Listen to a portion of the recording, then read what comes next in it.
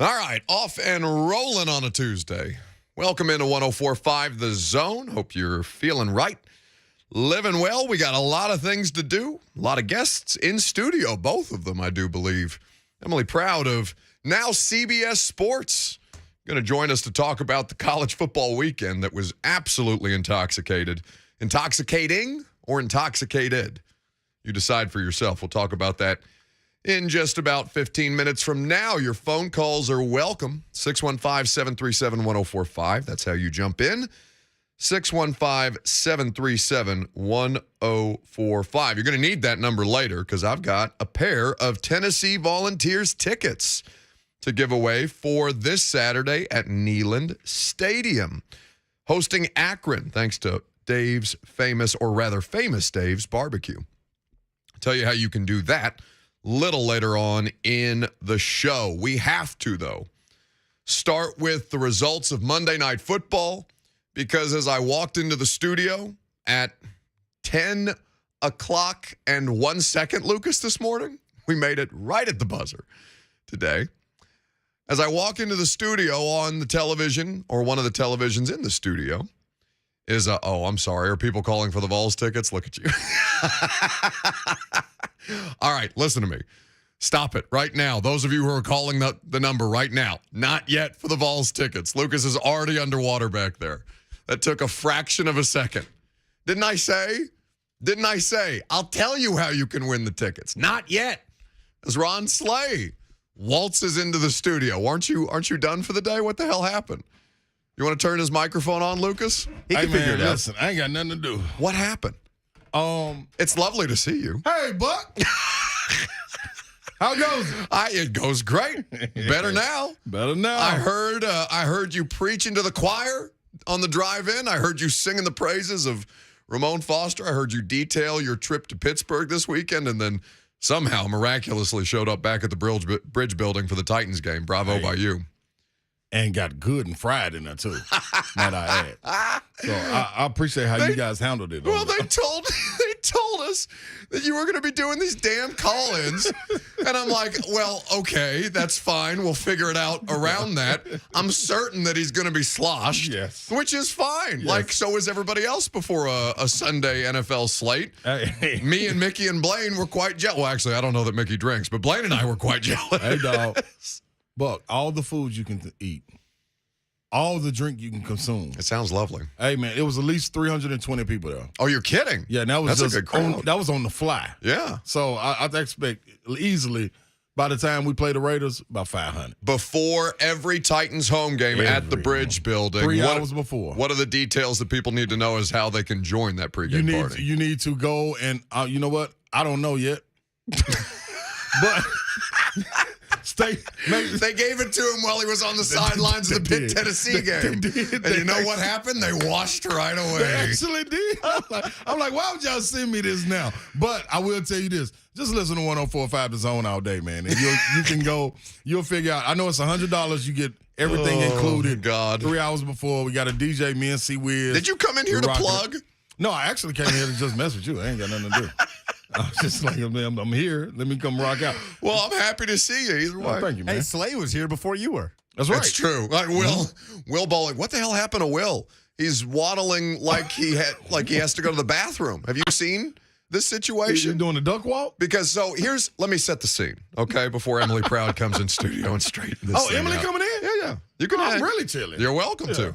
Hell, why not? That's my girl. This is Lucas knows how I can be temperamental in certain circumstances, but the one thing that I'm always down for is Ron Slay in studio. Thank you. Anything else though that interrupts the delicate ecosystem of what my mood is like for the 3 hours, though, it's a risky proposition.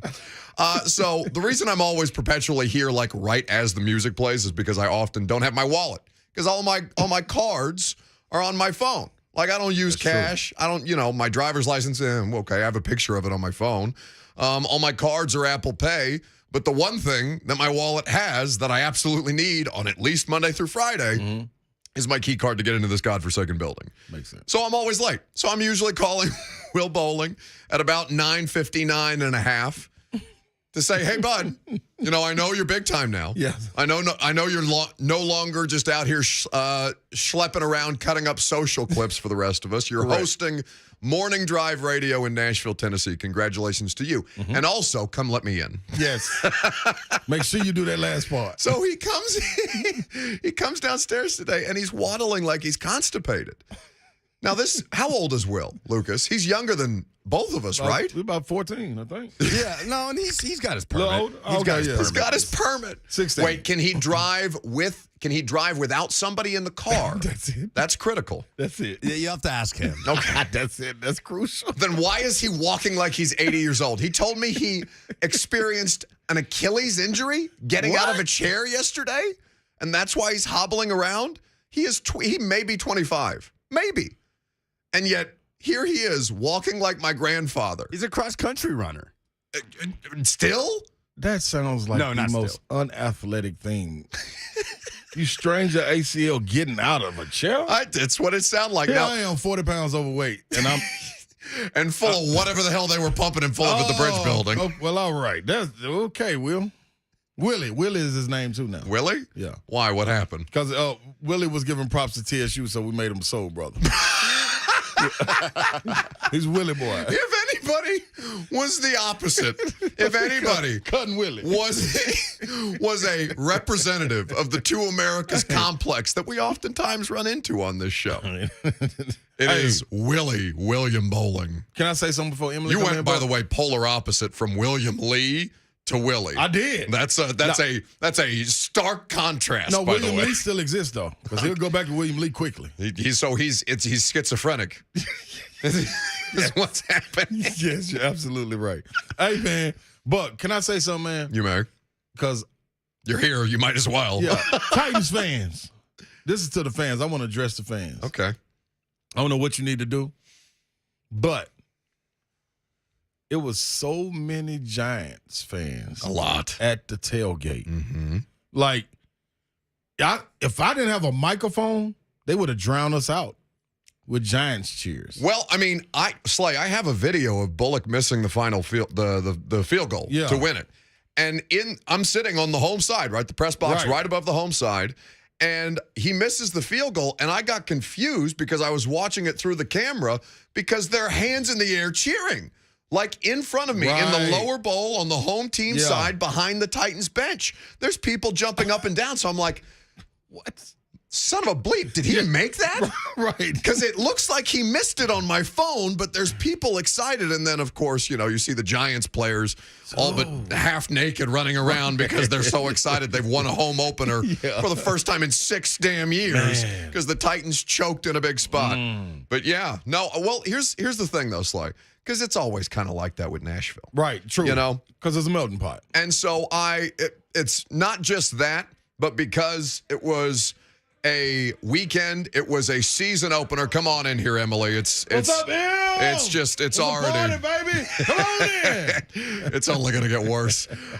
Because Nashville is such an event-based city, I'm always going to be a little bit understanding of a larger contingent of away fans, even as they have done well to rectify the home environment. Right. Because honestly, for as wretched as the weather was all day leading up before kick, I was really impressed with how many people tailgated through it and still showed up for it. Yep. And, it's not as obvious because Giants are blue and Titans are blue and all these things. But, if you're going to show up to this bridge building party, you're going to have to be more passionate. You're going to have to bring more of your Titans fans friends because Slay yelling Tighten up into a crowd of Giants fans, half sleeping it off from the night before in Pittsburgh was Probably not quite the desired effect as the Giants fans drowned him out on the Titans radio broadcast that we were doing. It was crazy. And I will say Titans fans, they did show up later, but I just need them there. And I will say this too, Buck. This was my first time really embracing and taking in the game as a civilian. Yes. I had media credentials where I got to get on in, but I had to walk. You mean not like the Music City Bowl where you and I, schlepped down the sideline in ways we probably shouldn't shouldn't have? Access. I didn't have that. But, man, to walk to that stadium and watch people walk back, that you got to at least walk 6.5, 7 miles. Yeah, they're trying to dry you out on the way. And I'm not saying the Titans didn't go out there and give all the effort and energy, hey, man, don't lose Not at the home. third quarter. Don't lose at home. Oof. That walk is too long to your car, and you got to sit in traffic. Dude, I literally fell asleep in traffic. Well, that's not good. Luckily, my foot didn't slip off the brake or Oh, my anything. God, Slay. Dude, I'm like, hey, man, we got to get this together, man. Well, yeah, after, that's a long day. That's a long day, man. Emily, you would have been proud of me. Is that a pun? Is that what you tried to do? Making us proud? I am. You know. Hi, can you hear me? I don't know. Can you hear you? No. You can't hear you? Well, I can hear the words coming out of my mouth, but I can't hear them through the. Uh-oh. Okay. Lucas, I will we will manage that situation. Emily Proud of CBS Sports Hello. is in the building. The great Emily.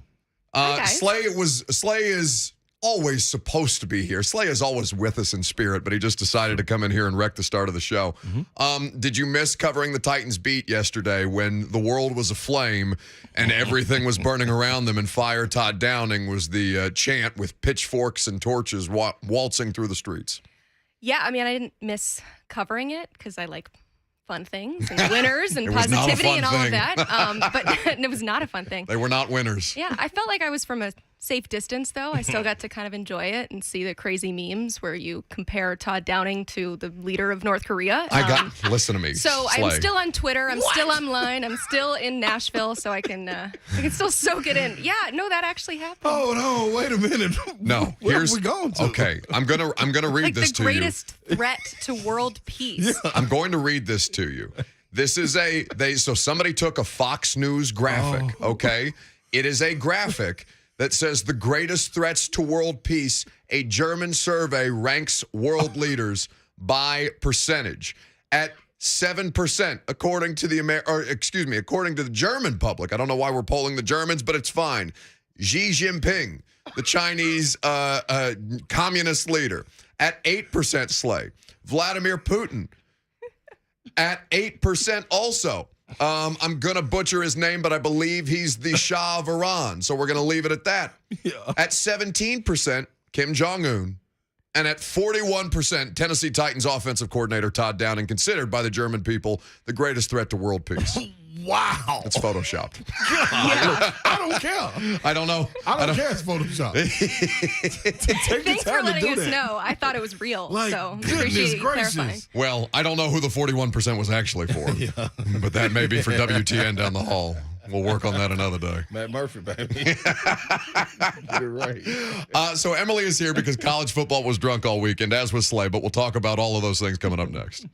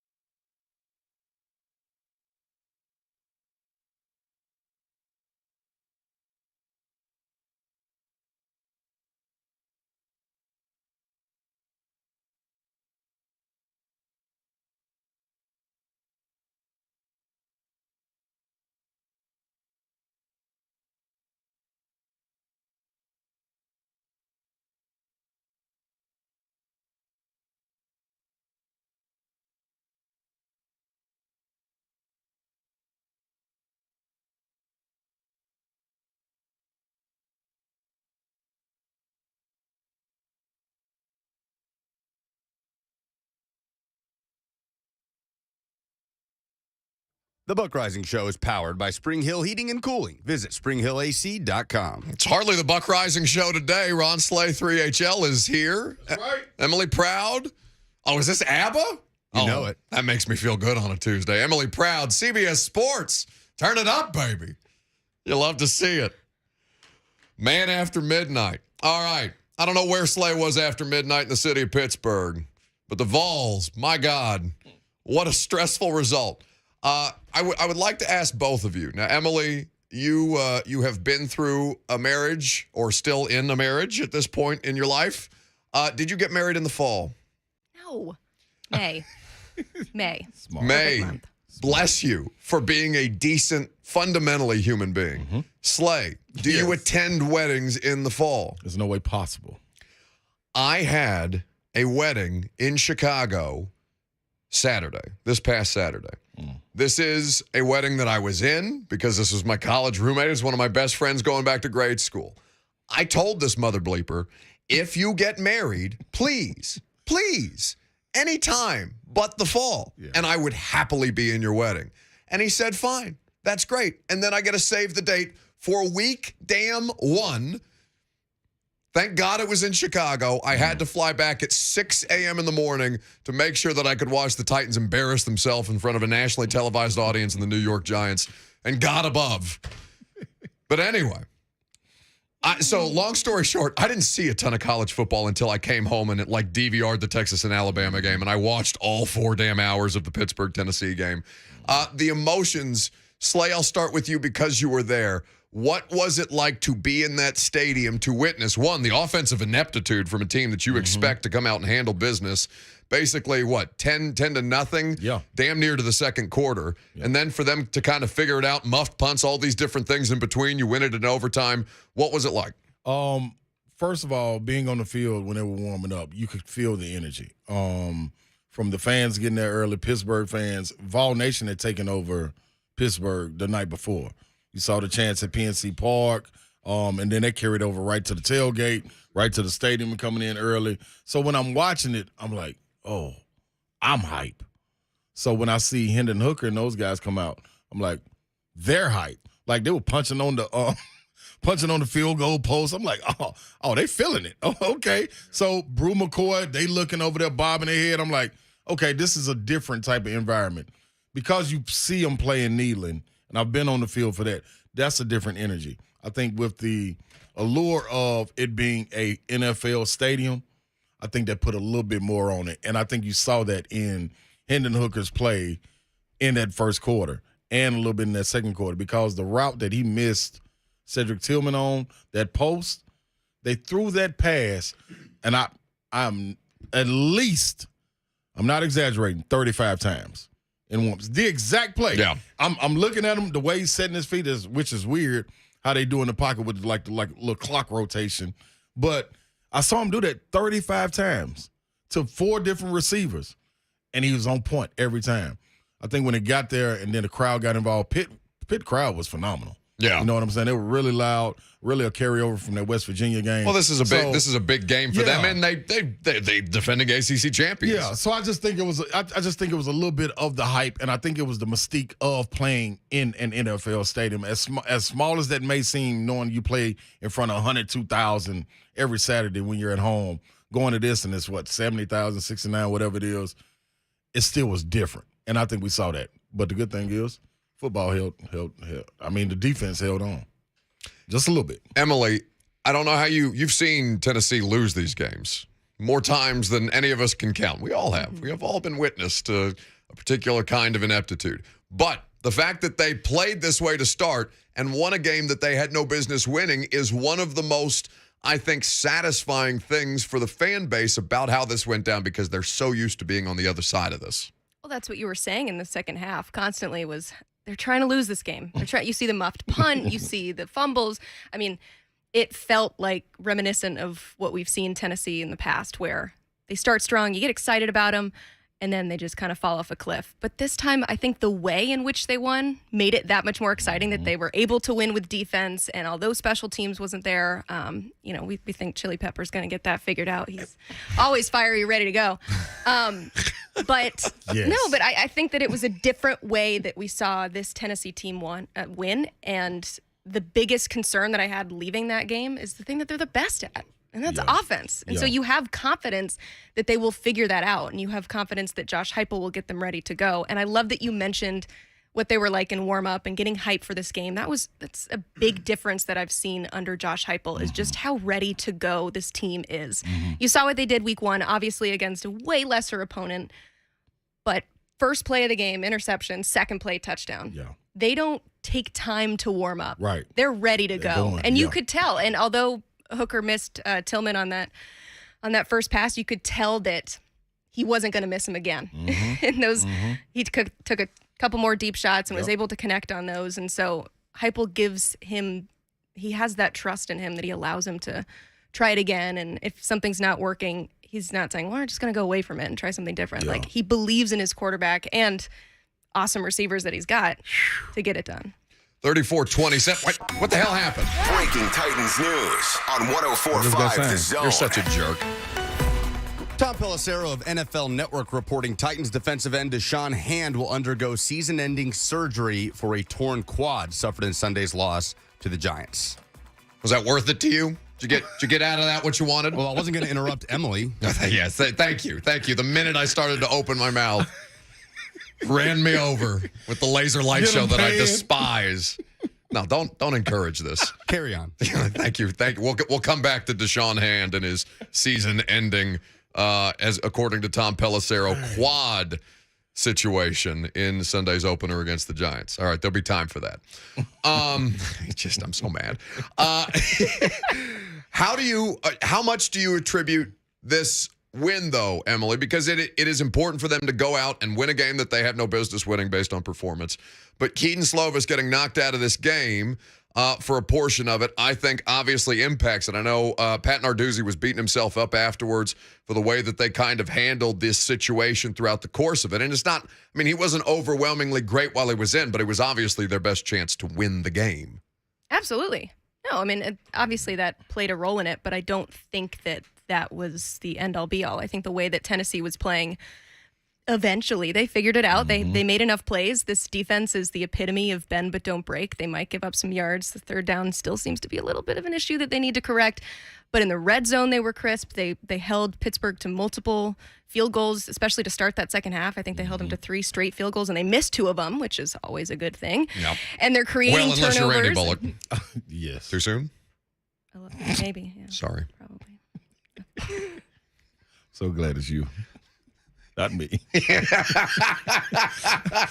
It's a good thing if the team you want to win sees the other team miss field goals. What happens, Lay? I push a button? What I happens? didn't think I No, had to be I'm specific cool. about. I'm straight. I'm straight.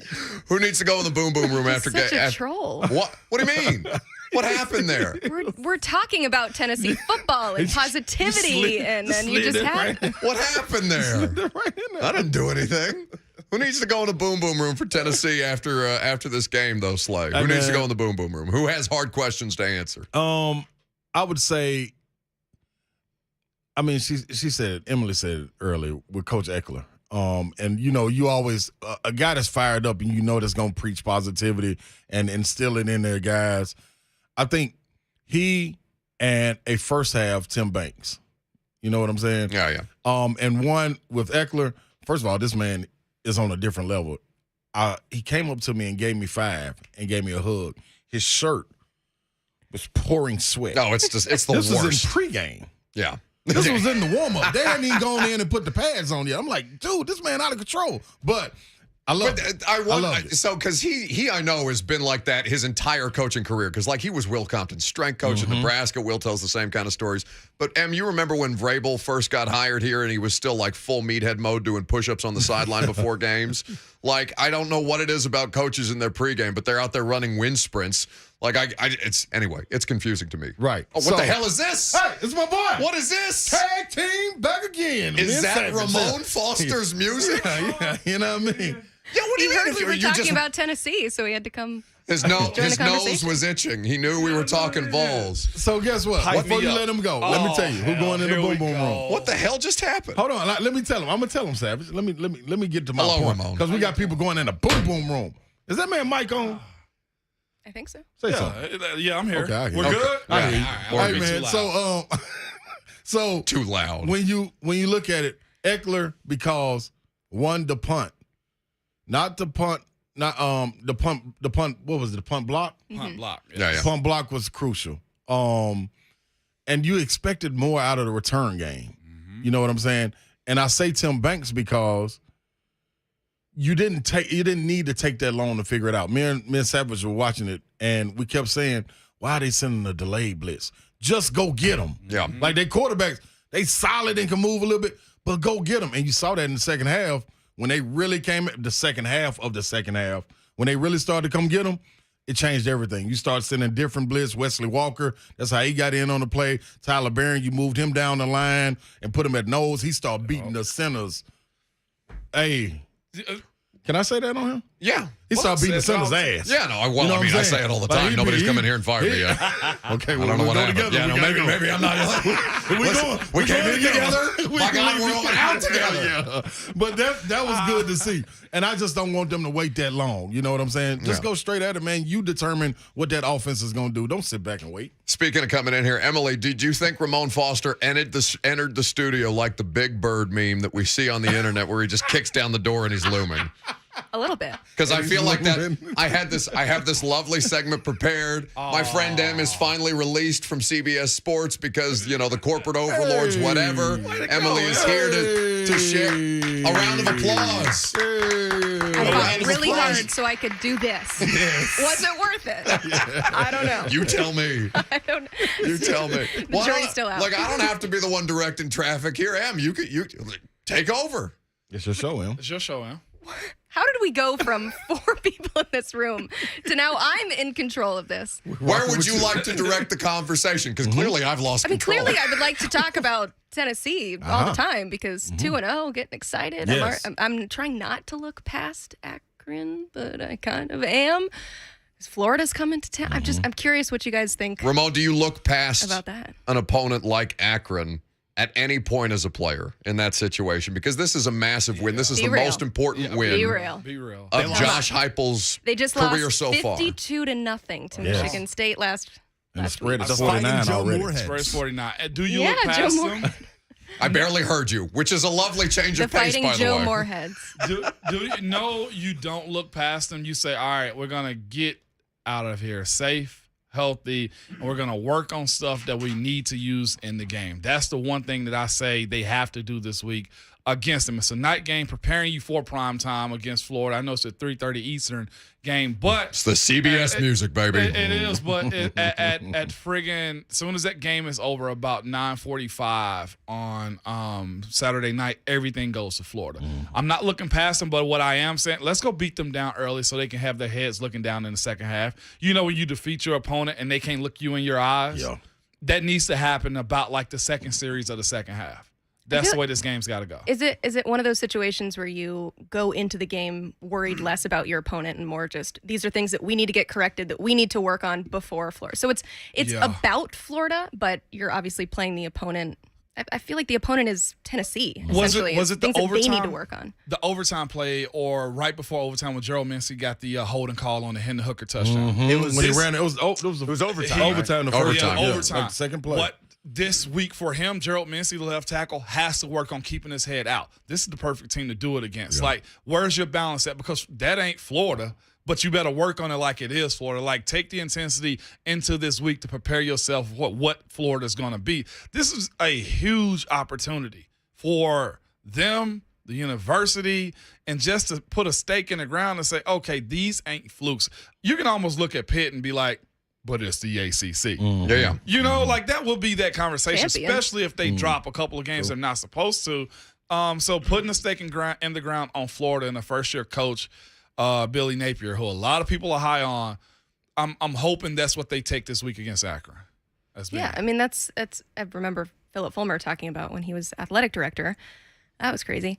About what this. What a stupid time. What a stupid time. I didn't say that. I Heavy just bag. said Hey, crazy. gave I us said Danny that. White, man. What do you have Phil Fulmer back there? I hate to put you in a bad spot. Do you have Phil Fulmer? The Vols are back, and we're going to get a piece of everybody's ass. No. Okay, excellent. Thank you for your production work. I remember something that he said when he was looking into the next head coach is that you're going to be judged based on beating these prime SEC opponents. Yeah. Yes, it's good to get a ranked road win. I mean, it's been a long time since Tennessee's done that. That is a huge win that they can hang their hats on.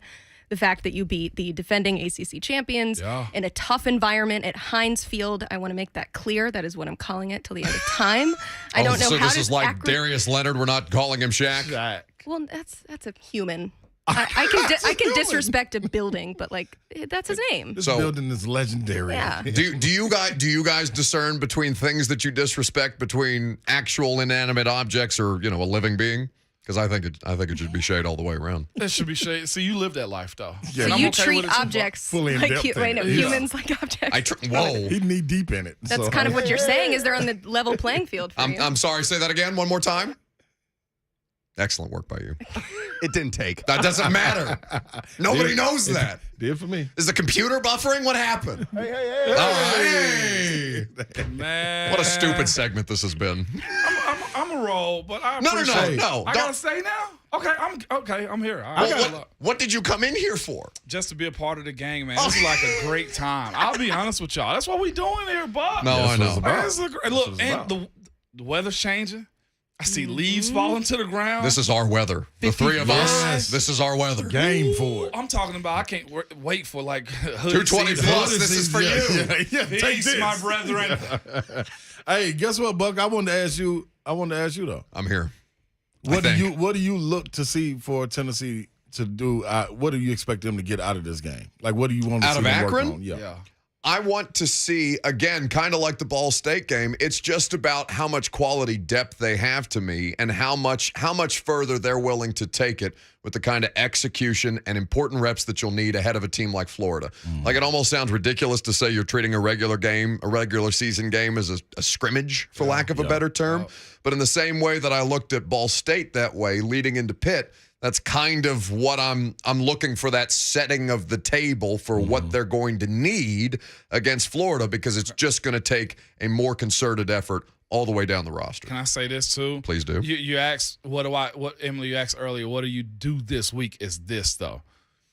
The last 2 weekends we've seen them play on Thursday and Saturday. They started the game offensively slower than you need them to. The high passes, the the non-connections that they have, the efficiency of the run game. If Hendon Hooker starts off a game with completion, I think you get a better flow. We waited almost till when? The second quarter to get something going against Pitt. Now, of course, he has to start. That accuracy of bringing the ball down, I don't know if it's adrenaline or what, but if he starts the game with completions, then I think that's the next step we take going into Florida this week. That's what I was saying to Emily. I felt like that was being at a NFL stadium had a different feel. I've been on the field at Neyland. Yeah. And that's a different energy, but that comes to me from the crowd. Yeah. This came from the mystique of the stadium to me. I was in awe, like, man, this NFL field, like, it's, and I felt like they would, you know what I'm saying? That's home for you, so you may have a different perspective on that, you know what I'm saying? Yeah. So that's what I think. Emily, what did you think? What are you most excited to see them bring out of the game? I took over Buck's show, just to throw that out there. But Emily, what do you He walked in here this morning. No. Now, in his defense, he was in the studio before I was when my show started. So, because I think I want to see the run game be established in this. I want to see the field spread, and them be able to run the ball and really execute in the running game. Yeah, well, I think going into the season, that was the clear, question mark on offense if you were picking something there.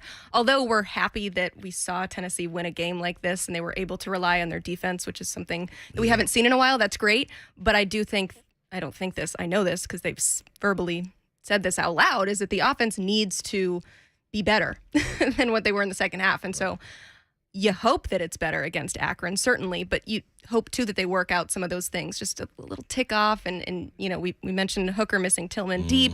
We know they love to take those deep shots, so to make sure that they still have that connection there. Obviously, you're not going to learn if they can do it against an SEC team because that's not who they're playing on the field. But that confidence, there's nothing like completing a pass, and especially completing a deep pass, especially that's so important to this offense and just to get into that rhythm and that flow. And so I think they need a reminder of what they can be and that it's better than what we saw in the second half in Pittsburgh. All right, I got a bunch of phone calls. I've got 3 other people in the studio, and Lucas, who's not used to not having this much airtime, just fighting to get into the microphone. I see you back there, buddy. It's gonna be okay. I was going to say, doesn't he have control to just mute all of us? Turn my microphone off. I like that, Pan. Now that's the Pan. Pan, I'm going to come in there and sit with you. He forgets, Slay. Yeah, he do forget. And you got... Damn it, you got to remind him, Pan. All right. Everybody lay out. I got winners and losers of the sports weekend next. Who's staying and who's going? Because not all of this can keep happening. All right, I'm out. I'm the first one out. I'm last one in, I'm first one out. Ramon It's kinda Foster's like out. Kyler Murray. Emily, do you have somewhere to be? I will stay. Emily is in. Slay? I ain't got nothing to do. Well, good, because you're back in the studio. Back in the penalty box. Go to break.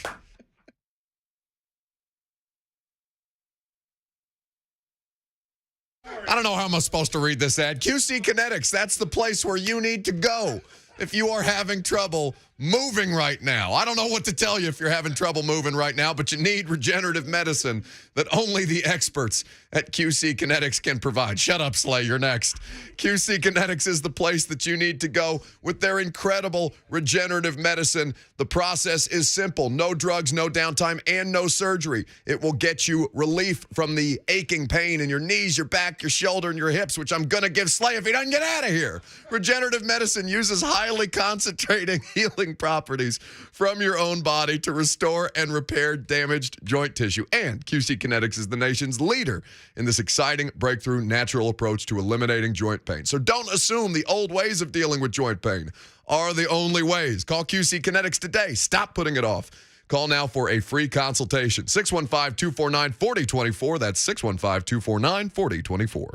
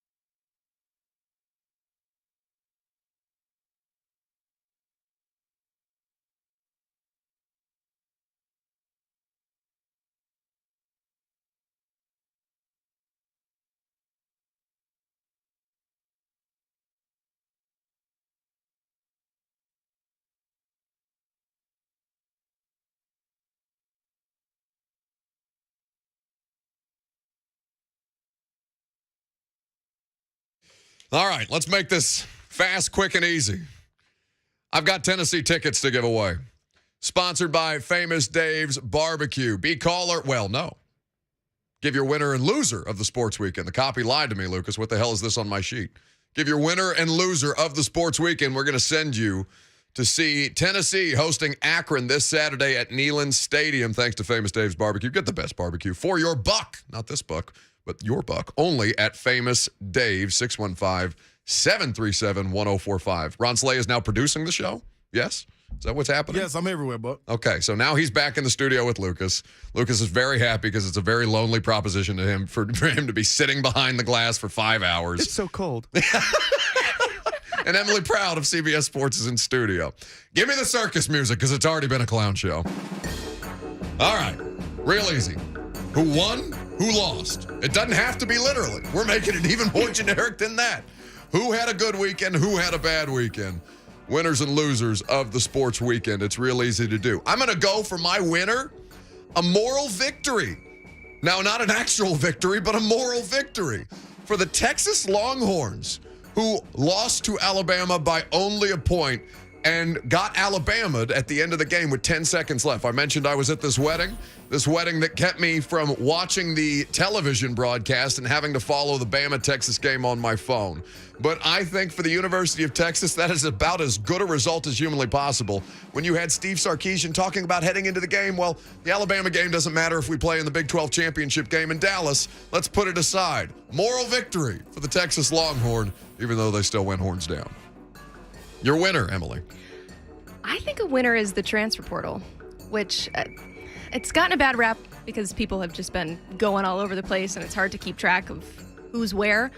But I think that we could see some more upsets like we saw with the Sun Belt and Power 5 because... The Fun Belt. Yeah, because quarterbacks who potentially lose their starting job in the Power 5 could go down to Group of 5 team and have some success. I think Chase Bryce, who is the quarterback of App State, was a great example of that. Played at Clemson, played at Duke, was able to revitalize his career, and now they pulled off probably the second biggest upset in that school's history. Yeah. Michigan. So, yeah, I think the transfer portal is... creating some new life, and we could see more of these upsets, which people love upsets. Upsets are fantastic. They keep me entertained. Slay, who is the winner of the sports weekend? Who you got? The winner of the sports weekend is none other than Tennessee. I mean, could it be anybody else, man, to go up there 10-0 and fight back against a top 25 team? You haven't beat a ranked team that high since 2003. They are the biggest winners, because like you said earlier, they would have lost that game in the past. Can I get a go Vols in the background? Can I get a go Vols one time? Go Vols! There it is.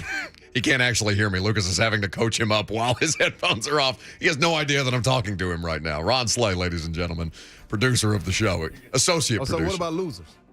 Who's your loser, Slay? The biggest losers on both sides of the ball is Texas A&M and Jimbo Fisher. Woo! They stink. Stink.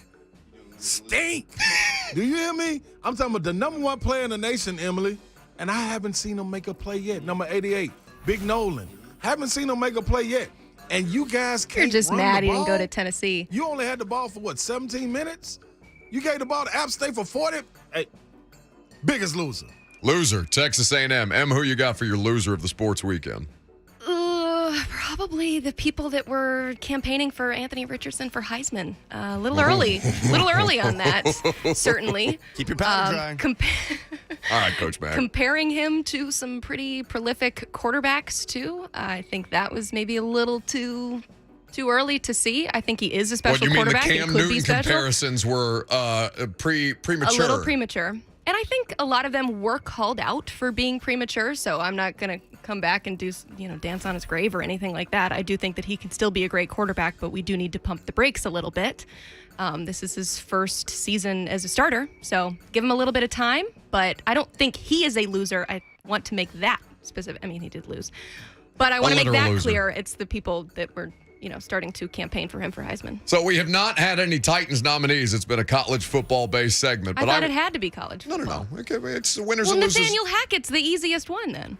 Well, we have not yet gotten to Nathaniel Hackett today because Slay came in here and completely derailed my first segment, and that is all well and good. What did you make of Nathaniel Hackett last night? Not good. Not great, Bob. That's a lot of money to pay a quarterback to take the ball out of his hands. I think sure- Peyton Manning was all of us last night. We have to leave some meat on the bone for the callers who have loaded the lines for the opportunity to win Vols tickets. 615-737-1045. Your winners and losers of the sports weekend. I will keep the college football theme going, and I'll leave the NFL slate for callers if they would like to choose. And, of course, any nominee that you have is welcome. We'll give you the best one will win the tickets. But Marcus Freeman, buddy, hold that L. Woo! Against Marshall at home. Notre Dame goes down. I thought them commendable for the way that they held that game closer on defense against Ohio State in their opener. I thought it was a suicide mission, basically, to have that be your first game on in an opposing stadium, in Ohio State Stadium, in the Horseshoe. But I thought the way that Notre Dame performed, and I heard yesterday or maybe Sunday, they lost their starting quarterback for the season. Hauk is done. Tyler Or Buckner. Buckner. Sorry, wrong quarterback. AC joint in the shoulder. AC joint in the shoulder. So Tyler Buckner done for the year. Notre Dame, man, just brutal stuff. How about just coaches at their alma mater over the weekend? Scott Frost at Nebraska, who literally is paying $7.5 extra million to fire him now as opposed to in October. Oh, my God. Nebraska so bad. Will Compton now vying to be the next coach of the Cornhuskers, which, I don't know if I'd feel like a loser if I made away with $15 million on the weekend. No, and here's what I'll say, because I have another Yes, loser he wants nominee. to win and have success, but still, it's okay. He's got something to dry his tears. Emily has to get out of here because she has actual work to do other than us, completely turning her morning into a clown show. But we will squeeze more of these phone calls in. Let's start first, though, with Trey. For a chance to go see the Vols play Akron this weekend in Knoxville. Go ahead, Trey. Who you got? Chiefs and Titans. I'm sorry, say that again? Chiefs and Titans. Chiefs and Titans. All right, he's keeping it short and sweet. Winners. I like it. He just said, Chiefs, Titans, give me the tickets. Okay, fair enough, Trey. Em, your thoughts? Yeah, I agree. 1-1, one Chiefs, loss. loser, Titans, winner? How does that? Chiefs one? winner, Titans loser. Okay, yeah. Literally, both. Yeah. Emily, what can you tell people about what the work that you're doing for CBS Sports right now? Because we've been very happy for your success. Josh Pate texted me and told me that he had stolen your phone for no other reason, not to steal, important bank information or credit card numbers, but to get my number to harass me, which he has successfully done. What can you tell people about the work that you're doing? Yeah, I apologize for that. I probably should have asked you before allowing your That's phone fine. number to be handed out. But he's been on your radio show, so I thought that was kind of He's in my surprising. DMs either way. Okay, I'll move on from that. So I'm doing work with CBS Sports and specifically with 24/7 Sports, so all college football all the time. I know a lot of people think that it's a big recruiting site, and yes, we have recruiting rankings, and we're home of all the 4, 5, all the stars. But we want to own college football and college basketball as well. It's something that we do. Not quite there yet. I'm not mentally there yet, but I will get there. But essentially what we're doing right now is creating a lot of video content for not just building out their YouTube page for 24/7 Sports YouTube page. You can go there. We do a daily show. I have one in about an hour called The Block that we do Monday through Thursday at, I guess I talk about Eastern time because it's national now, Sure. but I need to tell Look the at people you. What a of subtle flex. Because no, that's the thing is What a subtle flex. I have to do this in my brain all the time. I'm used to working in local where you tell the local people what the time is. So at noon. But we're also doing a show every Friday on CBS Sports HQ, so that's something you can check out. But a lot of what we're doing right now is making content that nobody will ever see because we're trying things out, we're testing things out, and we want to make sure that when you do see it, it's awesome. So if it seems a little strange, like, where did she go? We are working. We are doing stuff. It will come. She is still active at Emily Proud on Twitter, and you can start to see some of the work that they are doing right now. Em, thank you, and I promise the next time you come in, I Don't promise I cannot that. promise it will be any less hectic because this was as drunk as the college football weekend was. But I appreciate your time, and it's always a pleasure to see you. Thank you. More of your phone calls for the opportunity to win a pair of Vols tickets. Winners and losers of the sports weekend continues coming up next.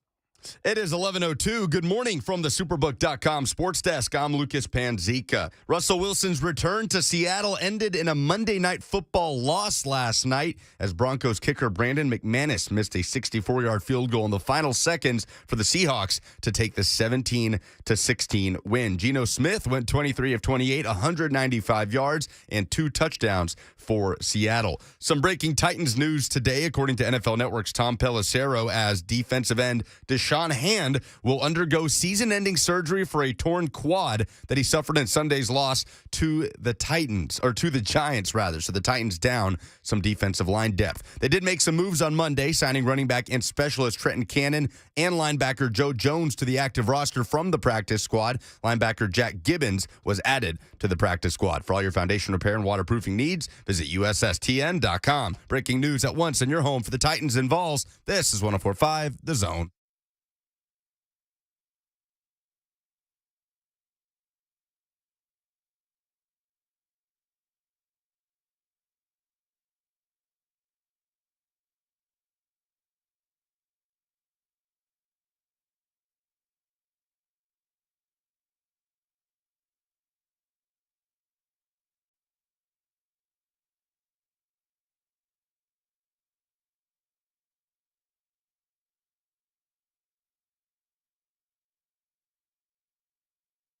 Oh, baby. What happened to the first hour? Goodness. Buddy, I'm tired. It's like a fever dream. That was exhausting. It all happened so fast. Welcome back in. Second down on a Tuesday. 104.5 The Zone. Buck Rising here with you. We're in the middle of winners and losers of the sports weekend. We have tickets to give away to this weekend's Tennessee game. Tennessee hosting Akron this Saturday at Neyland Stadium. Thanks to Famous Dave's Barbecue. 615-737-1045. You call that number. You tell Lucas who your winner, who your loser is. Lucas puts you on hold. You'll give it to me. We'll decide if it's good. If it's good, we'll send you the game. That simple enough? Good. So, Emily Proud brought up something in the midst of all of that chaos. Emily Proud brought up something. Her loser, the obvious loser, was Nathaniel Hackett, the new head coach for the Denver Broncos, who famously, after last night's Monday Night Football game that we had intended to open the show with, because turns out, Titans fans, you're not the only one with bad coaching decisions littering your week 1 results. So Nathaniel Hackett, in his first game as the Broncos head coach, with Russell Wilson in his first start as the Broncos quarterback, off a fresh new mega deal, heading back to Seattle against the 12s, Pete Carroll and the whole 9 yards. They get down to the final seconds of this game in a 17-16 loss. Russell Wilson played well, although their red zone offense was, frankly, horrendous. And credit to the Seahawks defense, who held up in a big way. But with 20 seconds to go in the game and losing by 1, Nathaniel Hackett chose to have their kicker, Brandon McManus, attempt a 64-yard field goal on 4th and 5 instead of letting his highly paid quarterback, his newly acquired quarterback, who you gave up all the picks for and all of the money to, instead of letting Russell Wilson go for it on 4th and 5 at the Seahawks 46. And with a timeout left. No. With 3 timeouts left. Nonsense. Complete and utter chaos. So if you've got a better loser of the sports weekend than that, by God, we're sending you to Knoxville, because that is one of the dumbest things I have ever seen in a football game. Rookie head coach or not. Did you give yours? I gave my loser to coaches at their alma mater, though Emily made the good point. Scott Frost is a very rich man. My winner is the Fun Belt for going with 3 upsets on the road, 2 against top 10 teams on Saturday. What's the name? Boone is where App State is? Yes. Boone, North Carolina looked electric. It may never recover. Oh, my goodness. That looked so much fun on Saturday. 615-737-1045. Whose are the, actually, let's go to the Peyton Manning audio since we touched on Nathaniel Hackett, and then we'll go to the phone calls. Let me hear Peyton Manning frantically trying to call a timeout. One of three for the Broncos as he did the Manning cast with his brother and Shannon Sharp last night. This is, by the way, with a minute left when the Broncos are facing that 4th and 5. Blech. We got 3 timeouts, E. I might use one right here, E. Let's use one. Let's talk about this one. He's vigorously tapping his hands in the timeout Symbol. They're gonna try to draw. They can try to draw him off sides. Might try to draw him off sides. You don't have that much dummy time. snap count. You don't want to waste that much time, I don't think.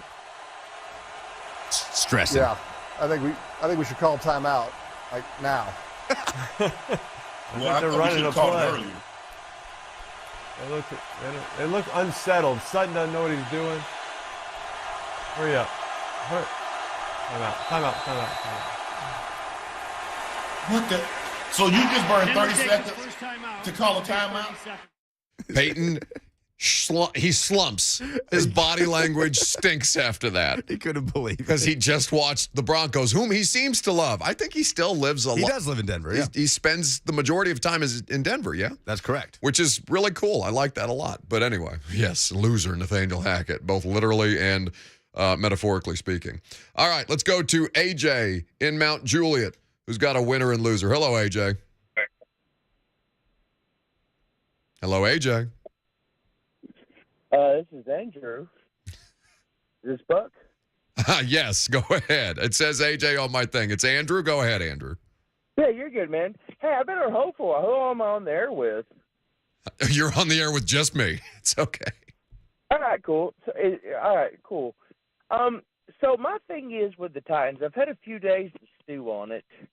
And I'm sitting here and I'm thinking, the kicker, the offense, the defense, and all this good stuff. So usually I feel like the Titans somewhat have to have these losses on purpose just to have a better season. I just really hope it hadn't happened before we have to face the Bills on Monday night. You know what I mean? So I understand the general feeling. I also have a side little joke for Penzika after you answer. I'm sorry. No, go right ahead. Go ahead and make the joke, and we'll talk about it once you're off. Oh, that's funny. All right, so Penzika, you and Will Bowling have to have a fight to the death for my mother because she's in love with both of you. Thank you. Thank you for the call, AJ. What? What just happened there? Are you stealing? Are you at these high school games? I don't know how old Andrew was, but are you at these high school games trying to pick up mothers? Hey. Settle down back there. Just doing my job. What? Yeah, okay. You got Diana Rossini telling you what a nice voice you have. Look at you, feeling yourself back there. Zach Wilson over here. Got that dog in him. What? So I understand his point about, having a situation like that and leading into a game like the Bills, and all of a sudden you're snowballing because 5 of their next 7 games are on the road, the Titans. But yeah, they definitely a loser of the sports weekend, because I think the close losses are the ones that hurt the most, because they're competitive enough to win that game, and yet they still blew it anyway. Like losing by 1 like the Titans did is worse than, for example, just out of all of the results from the weekend, like the Cowboys went out there and pooped themselves 19-3 on Sunday Night Football. I would rather lose the way that the Cowboys did than the way that the Titans did. 615-737-1045. It just says Vol Nation is in Mount Juliet, wants to weigh in. What's up? Going once. Could be another conversation we join? Going twice. Actually, I'm glad Vol Nation's not there. You just said you'd rather lose the way the Cowboys did than the way the Titans did? Yes. The Cowboys looked horrendous. Yeah, but at least you know. They don't have their quarterback for 2 months. At least you know. At least you know. Like with the Titans, the ability to beat them and still losing anyway is the thing that I think kicks you in the groin. You know what I'm saying? Like the Cowboys had no shot. They're not competitive, and they're not going to be competitive. Now, Jerry Jones said this morning on Dallas radio that they expect they're not even putting Dak on IR. They think he can play in a month, which is crazy that an NFL owner is out there doing that to Dak Prescott, but we'll see how it goes. Let's try Mike for the opportunity to go to Knoxville and see the Vols play. What you got for us, Mike? The Vanderbilt Commodores. For winner or loser? Loser. After they took the L against Wake Forest, what about that game, I think, kind of, because we thought they might be more competitive, Mike. What about that game did you most take away? Well, just that, the competitiveness, as you mentioned, and then the attendance cannot get the stadium with fans aware. Yeah, it's tough because we had Mike Wright on, and I wanted them to win that game so badly. Well, they gave up 3 touchdowns in like 2 minutes of game time. Well, and that was the concern right after Elon kind of made a second half push on them in week 2. That it's not the offense that kind of looks like it may be their downfall. The defense is not up to par to be able to compete. And as to the attendance at Vanderbilt games, it's an ongoing situation for them, and that's just going to take sustained improvement, which they have not to this point shown. And we hope for their sake. I would love for there to be competitive local college football. That's certainly not the case. Jordan is up next with a winner or a loser. What you got for us, Jordan? Hey, what's up, fucking company?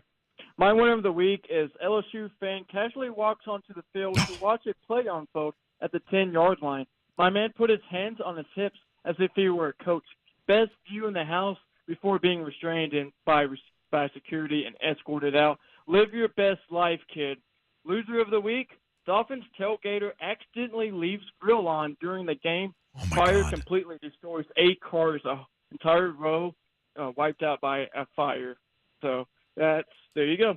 Those are great ones. Yeah, good. So did you see both of those situations? Yes. Okay. So this LSU fan gets out on the field and is standing, kind of almost where the back judge would be. Yeah. Basically. And like the refs don't notice him either. He watched like a whole play. He watched a whole play. Like they go through the process of the play. They're huddling, getting ready to run the next play before security notices that he's just out there chilling. Jordan said it well. Hands on hips, just watching. And then the Dolphins tailgater. It was a legit 8-car fire that they returned to find because they had left the grill on at the tailgate. Tailgate responsibly, kids. All right, let's see if we can get one more in here for the chance to go to Knoxville for the Vols and Akron this weekend. How about Clint up next with a winner and loser? Hello, Clint. Hello. I think the biggest winner of the week might potentially be Urban Meyer because you've got 2 college programs that are approaching being desperate enough to hire him. Who would those 2 be? Nebraska and Notre Dame. Oh my God! Can you imagine? Thank you for the call. I don't think any institution of higher learning would go that far. I don't think Notre Dame would do it, but Nebraska, I think is down tremendous out here looking for it. We can get more of your phone calls. Will Bowling is here. You want to turn on your microphone? Hello. We've just had all kinds of. What was just tweeted at me? What was just tweeted at you? Yeah. I don't know what happened. Well, I was mentioned. Oh, yeah. No, we had a caller come in and said Lucas and Will have to fight to the death because Andrew, I believe the caller's name was, Andrew's mother has the hots for both of you. So what? Apparently there needs to be a competition. Why? That's weird. That's a weird thing to say to people. That's correct. I just took the compliment. I think it's flattering. I'll take it, I guess. But so now we know self-confidence boost. We now for the know that week. Lucas, who welcomes the opportunity to hit on moms, has that dog in him. Okay, all right. And Will Bowling. Is he's Zach Wilson. I'm Joe Flacco. So I'm elite then. All right, perfect. And with better hair. Let's go to That's break. true. Well, I just have hair. Thank you, yeah, Will. that's a low bar. All right, more of your phone calls Goodbye. next.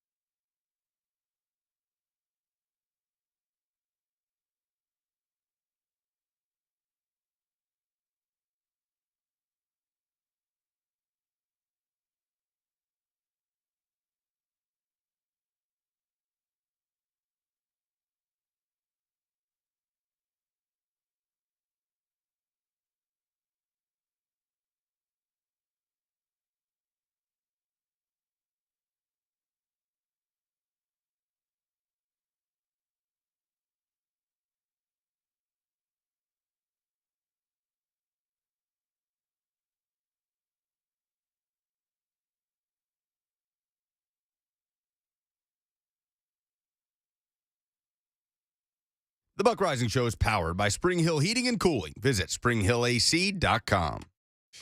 Oh, goodness.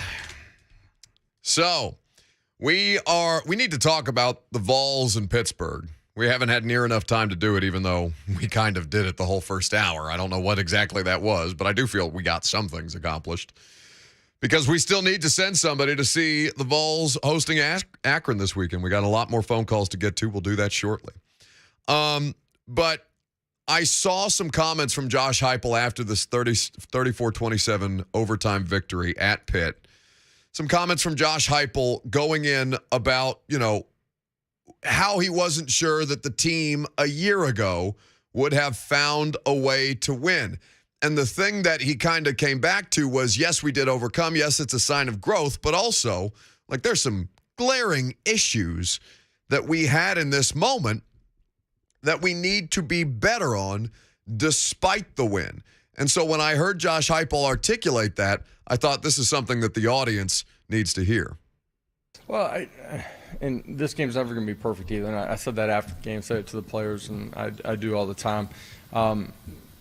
There's things that we can control that we can be better, and offensively the way we started, really in all three phases of the football game, the way we started. The third quarter, just offensively and special teams, being more dialed in, and that's coaches and players together. And I am proud of the way that we finished and competed. The second quarter, has been something that we've placed an emphasis on just in our offseason and training camp. It was good to see us, respond and play the second quarter the way that we're capable of and come out on the right side of the scoreboard during that quarter. So there's a lot of positives, but there's things that, and it's always going to be true throughout the course of the season, that, man, we got to continue to find a way to get better. And the simple things that we control in all three phases of the game, how do we continue to get better to control those in a better way? So that is a massive part of it, right? Because what Josh Heupel started there with, football is never perfect, right? Randy Bullock can hit 2 field goals in the first half to keep you 13-0 ahead of the New York Giants and then miss the 47-yarder to win it. And it can make no sense whatsoever. Football's weird. There's just, you can be competent, but also you need luck because of how random this sport in particular is compared to every other sport. And because there are so many factors that come into play. It's not it's not 5 people on a court in a basketball game where one player can legitimately change the outcome of a game. It's not, an individual sport like tennis where you yourself have all the control over your success or failure. No, there's 11 different people on the field for one side, 11 other people trying to cause hell for you on the other side, and a football that is oddly shaped and can bounce in ways that can completely derail even the most predictable of results. So I think his point on that is well taken, but the communication part of it, especially when they go as fast as they do, they have to be far more buttoned up on that against SEC, quality SEC opponents. Because I came away from that game thinking they turned it on. Hooker and the defense, they are the biggest reasons I felt why they ended up getting past Pittsburgh. Now, they needed some things to go in their favor as well. But I do think that those two things, once it got corrected, helped put them over the top. But I need to see more cohesion on offense because that's supposed to be the whole thing in year 2 of the Heupel system. For Hendon Hooker, for the skill position players that are returning, for the new parts and pieces to kind of get into that rhythm on the fly, but for there to be the ability to go even faster on offense the way that they have articulated, because they all know where everybody's going to be at exactly the right time and in, 2.99 plays per minute, they've got it figured out and they're ready to go. That's the thing I took away. There were several points in that third and fourth quarter where you thought this is a miserable day for this Tennessee offense, right? A miserable, inconsistent, a lot of times inaccurate day for Hendon Hooker. The takeaway was the defense won them that game. They kept them in that game. They won them that game with their red zone defense, the bend but don't break. I know it was against the backup quarterback, but nonetheless, there was not a single time last season where you can point to a game and say the defense won them that game, especially against a ranked opponent. So with all that said about the offense, you look back at it, and they put up 34 points. They had 416 total yards, and Hendon Hooker's the SEC Offensive Player of the Week. Like, that is progress. Yeah. It's been a long time since Tennessee could have a performance riddled with that many mistakes, 7 penalties for 70 yards, and it felt like they all came at the worst possible times, especially for the offense, but they continue to kind of bounce back from it. That performance will not win you the Florida game, most likely, but I can't even remember. I've been digging back through my mind, trying to think of the last time Tennessee played like that, had that many mistakes on the road against a ranked opponent and came away with the win. I don't know. I can't think of it.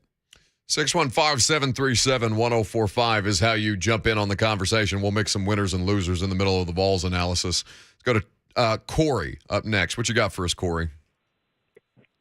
Well, I was going to say that the winner of the week would be the college football fans and NFL fans just in general, with finally getting football back, seeing a lot of underdogs win, with App State and, Marshall and whatnot. And then the loser is something that is breaking news. Suns owner Sarver suspended 1 year, fined $10 million. Really? I had not seen that news come out. Yeah. The Phoenix Suns? Yeah, their owner has been in, I don't know how to, Sarver, I forget. Is it Sarver or Sarber? Robert Sarver, American businessman, co-founder of Southwest Value Partners, owner of the Suns, the Mercury, and RCD Mallorca.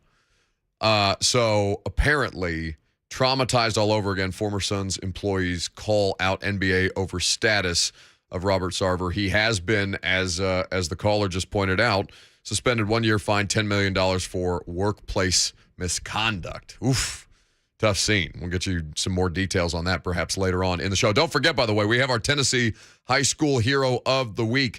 Freddie Paxton, the wide receiver from Portland. They are a fun team. They are back on the winning side of things, and he's going to join us in studio. It's the first time we've ever done one in studio. So we hope we're getting Freddie out of a class he didn't want to be in today.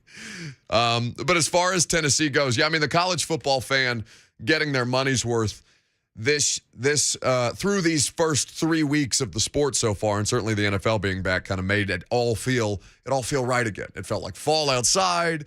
Football is on the television for 2 straight days. Lucas, you said you watched from 11 a.m. to 2 a.m.? Until the end of the Mississippi State-Arizona game on Saturday, late Saturday night. You sicko. It was glorious. For what they're going to face against Akron this week, it's funny because I think even the reporting corps for Akron is overlooking the Tennessee game right now because of what they think the competitiveness of Akron is going to be. There was a press conference with the Akron head coach ahead of the Tennessee game, and one of the reporters, clearly and obviously, did not know that Tennessee had yet beat Pittsburgh 2 days after the fact. What are you expecting from Tennessee this week, given the way that they lost?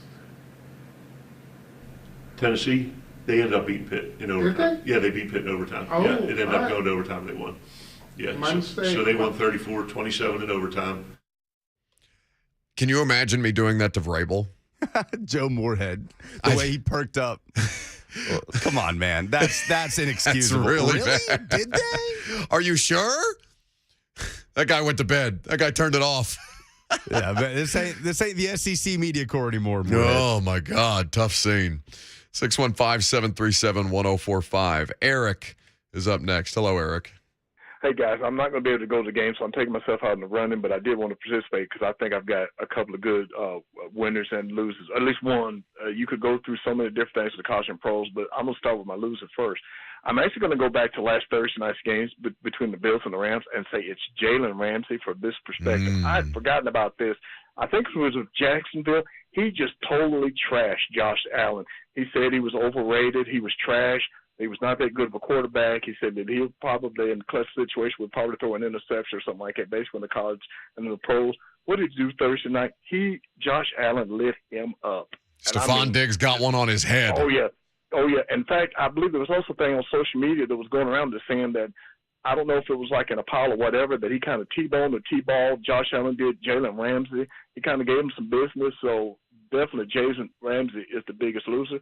For me, the biggest winner, guys, I know a lot of people are not going to like the one I'm about to say, but I'm going to throw it out there. It's A.J. Brown. who caught 10 passes for 155 yards.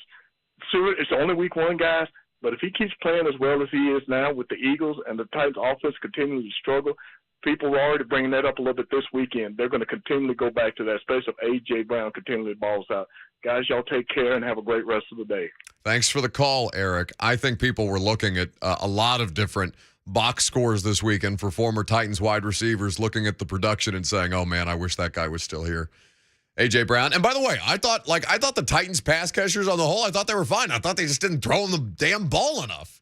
Like, that's what drove me crazy. It's not like the receiving core was bad. I thought they were fine. I want more targets for Robert Woods. I want Treylon Burks to play more than 22 snaps, but these are things that will evolve throughout the course of the season. So, like, it's not that you were wanting for, even though you did lose, but Julio Jones had a good game for the Bucs against the Cowboys. You see that? He was one of the fastest receivers on the field among, I know Chris Godwin got hurt, but like 34-year-old Julio Jones had himself a decent day in a 19-3 win. He looks so healthy. He looked healthy here for training camp. He looked healthy here. On and off.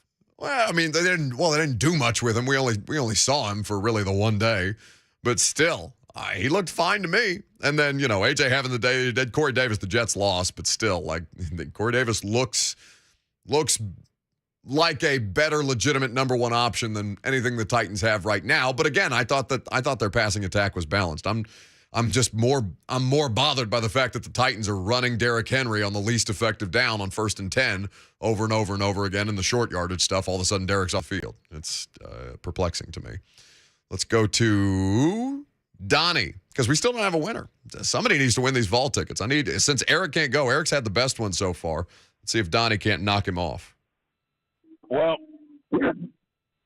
our winner of the contest is Vanderbilt, because they played the only team in America worse than them in Hawaii, and then they had to play in a perfume company, Elon Musk, to get a second win. Perfume company. And they actually played a decent football team, and they got shellacked. So welcome back to reality, Vanderbilt.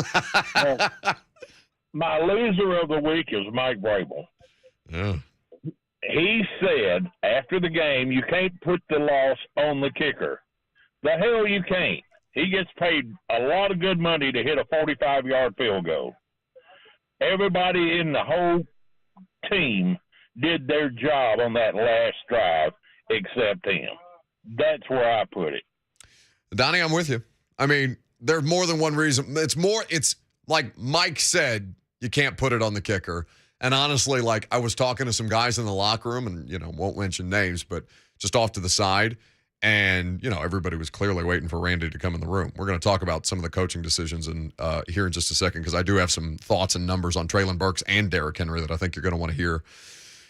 But from my standpoint, when you say you can't put the loss on the kicker, I understand what he means. But when I was in the locker room, we went in there, so everybody's waiting for Randy. And I'm talking to some of the guys just off the side, not like, asking them about the game, just kind of carrying on general conversation. And one of the players goes, well, you can't mob Randy like that. You can't mob Randy like that. It's not his fault. It's not like there was a general consensus of, if the media goes after Randy in this spot, then we're the worst. And I understand the general consensus. I understand the premise that he's trying to articulate. But if you have the opportunity to win the game, and the player who has the opportunity to win you the game misses, it's not all on him, but he had his role to play in the loss. Though both things can be so, right? But the more problematic situations that we're going to talk about are the offensive decision-making, because damn. I mean, Lucas, I know you saw some of the same cut-ups I saw on the internet yesterday. Our buddy James Foster at A to Z Sports Film Room has done a really good job dissecting and charting the plays from the Titans and the Giants. We honestly, let's see if we can have James on Mondays after these games. Maybe we'll do it Tuesday next week, since they'll next play on Monday night. But I would be curious to know James's evaluation of what he saw schematically. And of course, I'll talk with Cosell about this tomorrow as well, and we'll have some audio from that on the install. But all these different things, man, like the way that they lost, it is, I don't know how you would divvy up the blame between Downing, Randy, run defense, the Christian Fulton coverage bust, and decision-making by the coaching staff and Downing included, the decision-making by the coaching staff in the third and short yardage situations, because Mike Vrabel was correct yesterday when we carried the press conference and said, they have been good in those situations, and they will continue to be good in those situations. And he may well be right, but on Sunday they were not. And in that moment, it was clear and obvious to everybody that they were inadequate in this way. 615-737-1045. One more. Who do you want me to go to? Oh, well, that's not helpful. Let's go to Kirk up next. Hello, Kirk. What's up, fellas? My winner is all the Titans rookies, including Rashad Weaver. He showed out, and that was the question we had. The loser, Dylan Cole. What do you do for this team besides playing golf with NWI? You missed that tackle, and that blame needs to go on him. What are you doing on his defense? Please answer that question. Thanks for the call, Kirk. I will answer that question. We'll dive into some of the questionable decision-making by the Titans offense here in just a second. We'll pick a winner as well, and if you want to continue the conversation about Titans decision-making, stick right there. It's 104.5 The Zone.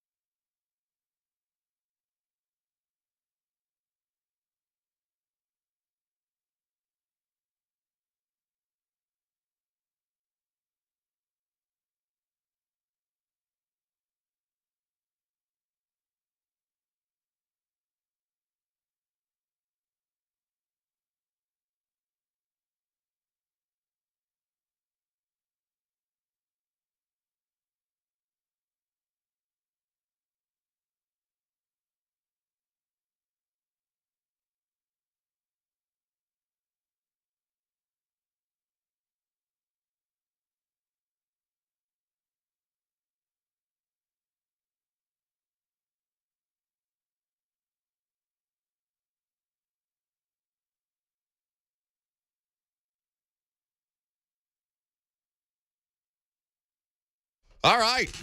Time for a Tennessee high school football hero of the week. We've never done one of these in person before, so Freddy Paxton from Portland is in studio with us.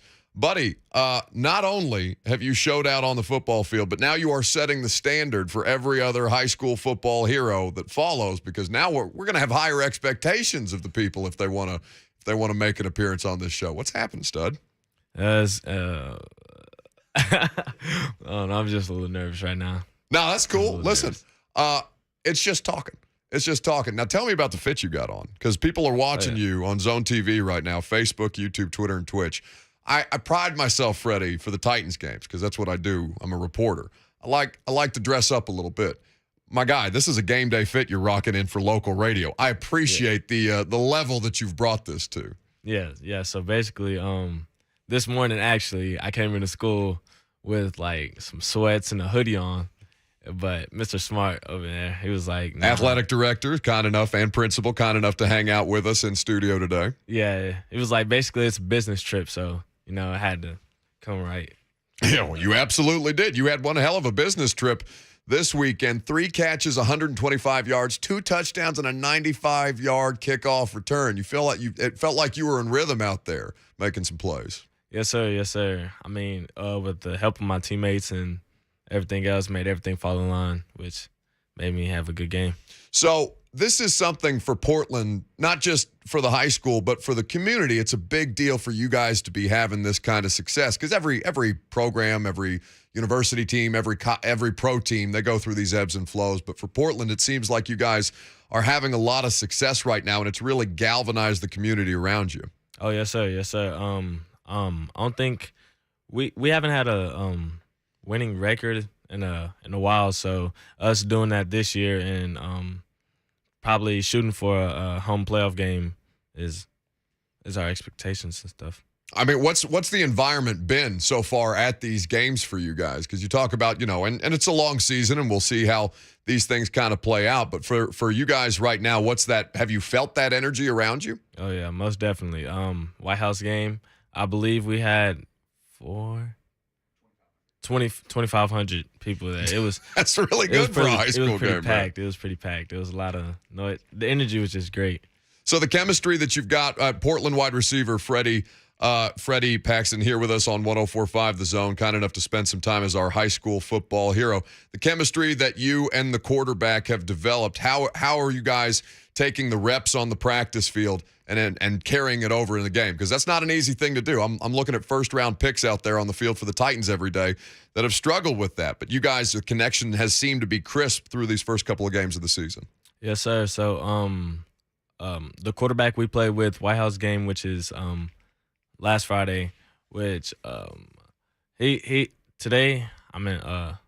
was his first game and as quarterback, because our starting quarterback Braden Thornton, he got hurt, and I've been playing with him for the first 3 weeks. So this past week, Cullen Box, he was the starter, and he stepped up and played his role. I mean, we've had that chemistry since middle school, so same as Braden. So,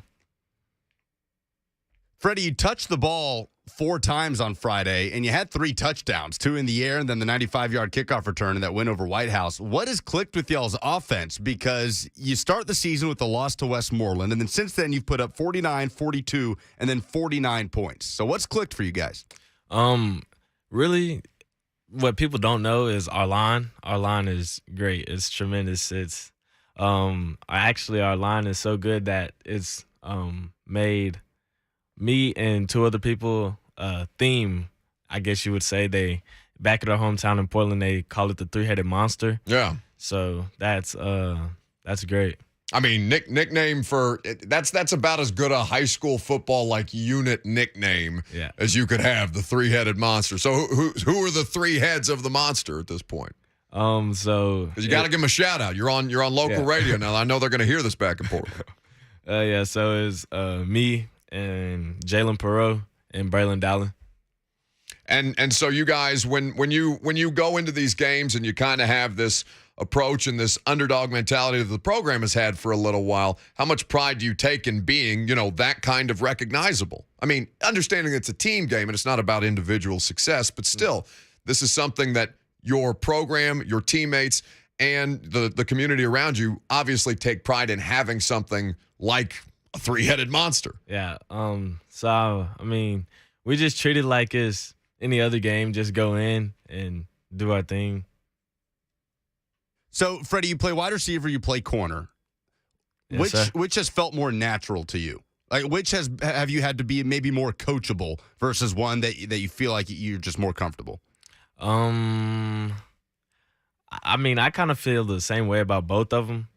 It's a really hard choice. When I go to college, it's definitely going to be a hard choice to pick. But there's not one that you're favoring, not a position that you enjoy playing more. You're just out there to ball either way. Yeah, I'm just out there to ball either way. Man, that's okay. Freddy Paxton, Portland wide receiver and corner from time to time, kind enough to hang out with us in studio. He has been fantastic so far on the season. 28 attempts for 438 yards, 15.6 average per carry, 3 touchdowns on the season. Receiving so far, 13 catches, 230 yards, 4 touchdowns, and a big game coming up against Clarksville Northeast this weekend. Yeah, region game, right? Week 4, everybody kind of gets back into region play. So there's 2 3-1 teams going head-to-head. Freddie, you guys go on the road. What do you know about Northeast and what it's going to take to beat them? Definitely, it's going to take some time in the film room and just perfect the things that we do best and get to work. All right, you get more comfortable in here? Like, yeah. I thought you killed that. Yeah. I thought you were tremendous. You're going to take my job. You got any interest? You got any interest in broadcasting outside of corner and wide receiver? I should. There it is. See, all it took is about 8 minutes, and now he's ready to go. Freddy Paxton, Portland wide receiver, kind enough to hang out with us in studio. Lucas, what's the 104.5 The Zone High School game of the week coming up? Keeping it in 5A on Friday. We're headed to Page High School. They were the runners-up in 5A a year ago, and they host Franklin County, a big region matchup at Page. You can hear coverage of that. You can hear coverage of Portland and all the other local Middle Tennessee high school football teams with Lucas Panzica, Will Bowling on Friday nights. Freddie, I appreciate you guys coming down. We've had some repeats on here before and some pretty substantial performances, but you've certainly lived up to the hype, my guy, and I appreciate you coming down. Yes, sir. Thank you for having me. All right, we'll get into some of the Titans coaching decisions, some mishaps that took place on Sunday. Circle back around to the weekend that was in college football. Stick right there. It's 104.5 The Zone.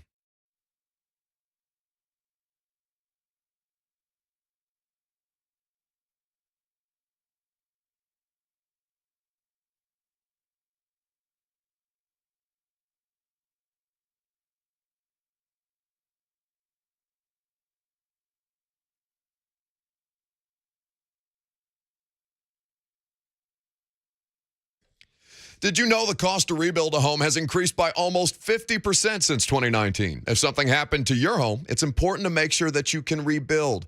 Most home insurance doesn't account for inflation, but with Country Financial, it can. With their additional replacement cost coverage, you can be sure your home's full.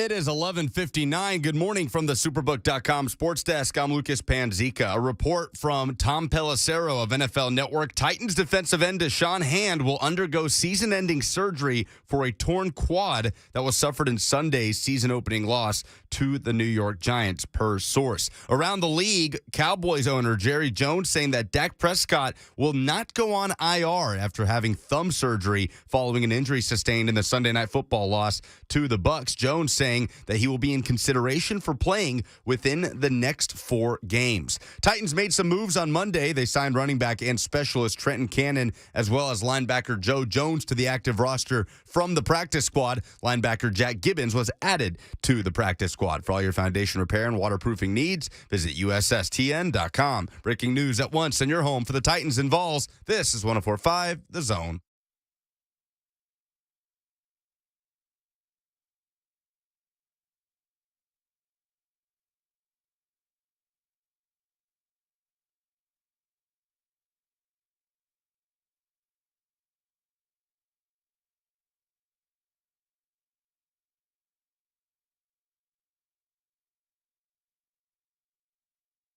All right, third down. What happened today, Lucas? We have been all over the place. All kinds of people coming in and out, but it has been a fun one. Fun's not over just yet. Happy to have you guys in for today. 615-737-1045. We got a lot of Titans to talk about in the final hour. Many thanks to everybody who's been with us so far. Emily Proud, Ramon Foster, Ron Slay, Freddy Paxton. I thought it was cool. Well, a lot of people are commenting in the Zone TV chat. Freddy Paxton, our high school hero football hero of the week. That's such a mouthful. Why have we not refined that yet? Fine-tuned that? Or maybe it's incumbent upon me to be able to say 4 words in consecutive fashion consistently. That one. Okay, thank you. Thank you. Always there for me. A lot of people saying how cool it was that the athletic director and principal for Portland brought Freddie out for the interview. I thought it was as well. Now, he told me off air he's only missing his student teacher assistant block, so we didn't get him out of like calculus for the day or anything like that. Yeah, that's not important. But I'm glad that we because I can hear when they offered to come down, I was happy, of course, but my thought also went to like, oh, my God, if I told my mom that I was going to do a high school football interview on local radio in the middle of a school day, she would have strung me up. But I'm glad that that he is not missing out on his educational experience as well as being able to celebrate what a great accomplishment he had in his most recent game. But in the meantime, let's talk about a team that lacked accomplishment on Sunday. There has been plenty of reaction to the Titans. There have been multiple bad coaching decisions made across the league right now. NFL coaches, turns out, they can be kind of dumb sometimes.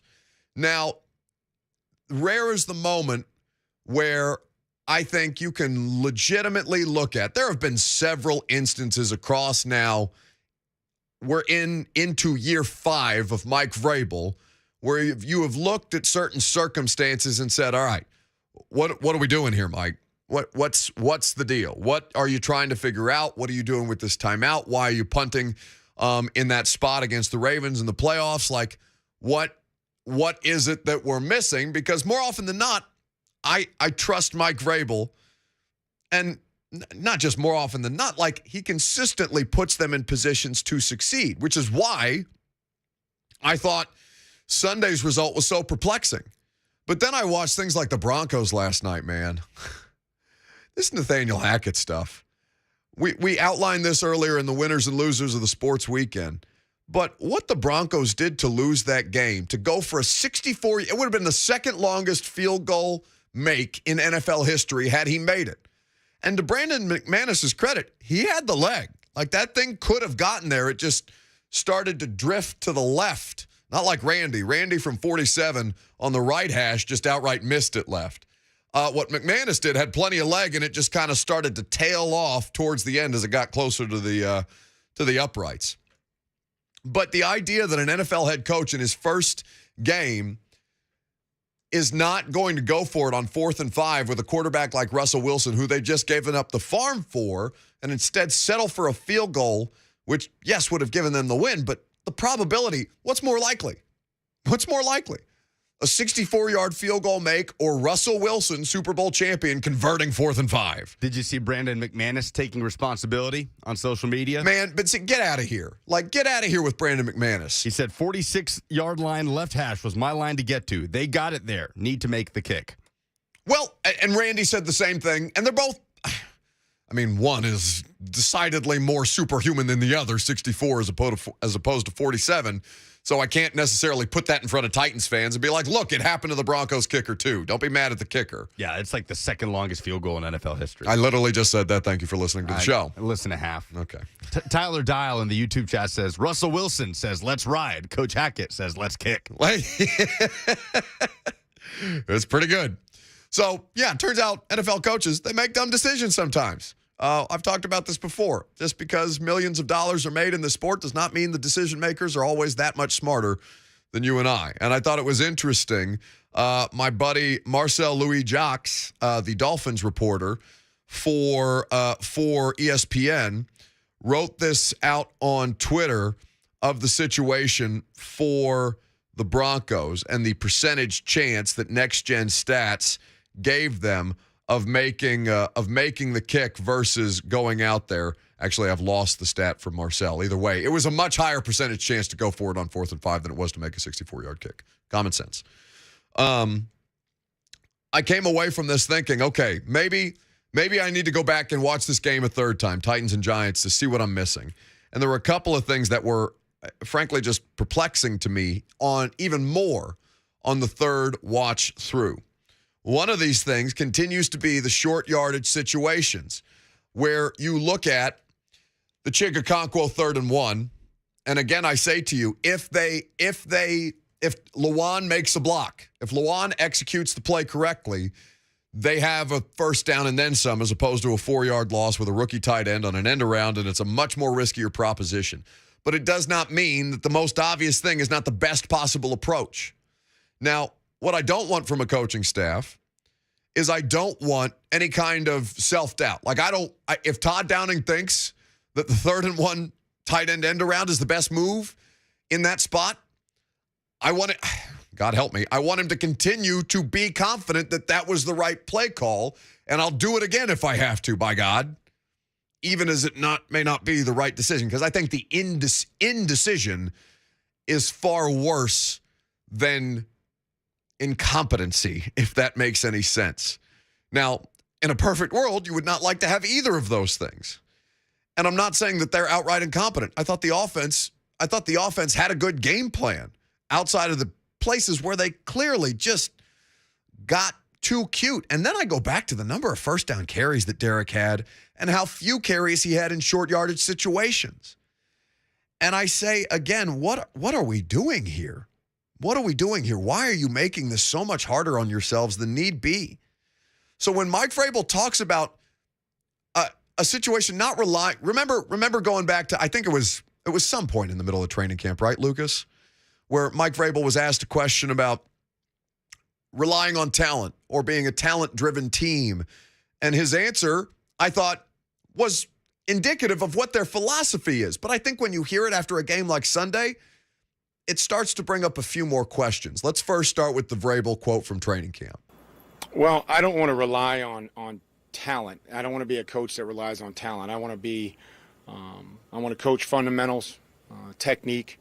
I want to teach. I want to make sure that they play with great effort, and I know that we're talented. So my job is to not try to rely on talent. I want to try to coach. There's a certain way that we want to play the game, and when we do, we're a good football team. And when we turn it over, and we don't protect the guy with the football, whether that's a quarterback, a running back, a receiver, we're not very good. We can't operate like that. The teams that win big generally have a degree of superstar talent, no? I don't know if anybody right now. We haven't played any games, so there's no stats for this year. Every year is a new year, and we're going to expect your best players have to play good in this league to win, if that's what you mean. So I mean, the last part of it is just Mike restating the obvious, and he's right. I think more often than not, you don't want to be a team that relies so much on the talent that it cripples you when the talent is not present. I think they were a good example of that last year with A.J. Brown. They were hapless without A.J. They could survive without Derek, but hapless without A.J., it felt. And what I came away thinking was, my God, I felt great about their pass-catching core. And it's not just wide receivers. It's wide receivers. It's the rookies. It's Dontrell Hilliard as a legitimate, nuanced running third down out of the backfield option. I thought Dontrell Hilliard gives them an extra dimension to their passing game that they haven't had and that they've been seeking for some time. That you can get Derek on a screen and you can get Derek on a flare pass and get him in space and get him moving and make a play. But on a more consistent level, can you be comfortable? Like on the first touchdown pass, you don't run a route like that with a running back unless you know that the running back understands landmarks and route running and spacing. And Dontrell Hilliard is somebody who gave them that ability. He had the 2 receiving touchdowns for the day. Now, as far as not relying on talent, that's all well and good. And I get Mike's point about it. But it also does not mean that you have to go out of your way to have a wider rotation beyond the top talent that you have. So when Mike Vrabel is asked about a wide receiver by committee approach yesterday, I believe Teron was the person who asked that question. There's 2 things I want you to remember about this question, all right?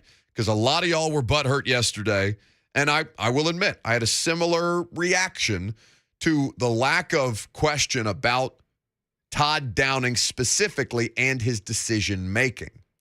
But when Teron asks him this question about a wide receiver rotation and the burden it may put on a play caller, that is a question about Todd Downing, even if it does not invoke his name. You just have to listen to the question. Here's TD. Well, I think we all have, everybody in this building, I think we have, there's stress involved in everybody's job, whether you're a player, a coach, a trainer, just to try to get the players ready to go out there and understand what's going on. And we have confidence in everybody out there. So, we have some certain plays where you may want a guy at one position, but other than that, just like, Cody went in there the other day and, we threw a boot to him that gained 18 or however many yards it did down there in the red zone. So, I thought he did a nice job. I thought he kept both feet in bounds, and whatever that is that the guy's numbers called, that we'll go out and make it work. So, he's right. They gained 20-something yards on that pass play to Cody Hollister. It worked. He was wide open in space. But that does not mean that it should come to the detriment of the snap counts for Robert Woods, for the targets of Treylon Burks, for the opportunities that Austin Hooper may have to get more meaningfully involved in the passing game. Treylon Burks on Sunday was targeted 6 times. The only person targeted more was Kyle Phillips. And by the way, that speaks well to your rookie class. Is Kirk, by the way, we gave the tickets to Kirk, yes, the Tennessee caller, or the winners and losers caller, because Kirk brought up the good week that the rookies had, even in the loss, and then the loser, Dylan Cole, for being in on defense as a special teams player that was, I still don't have an answer to that, playing meaningful snaps at inside backer. Either way, but Treylon Burks targeted 6 times. He caught 3 of them, 2 for first downs and 55 total yards.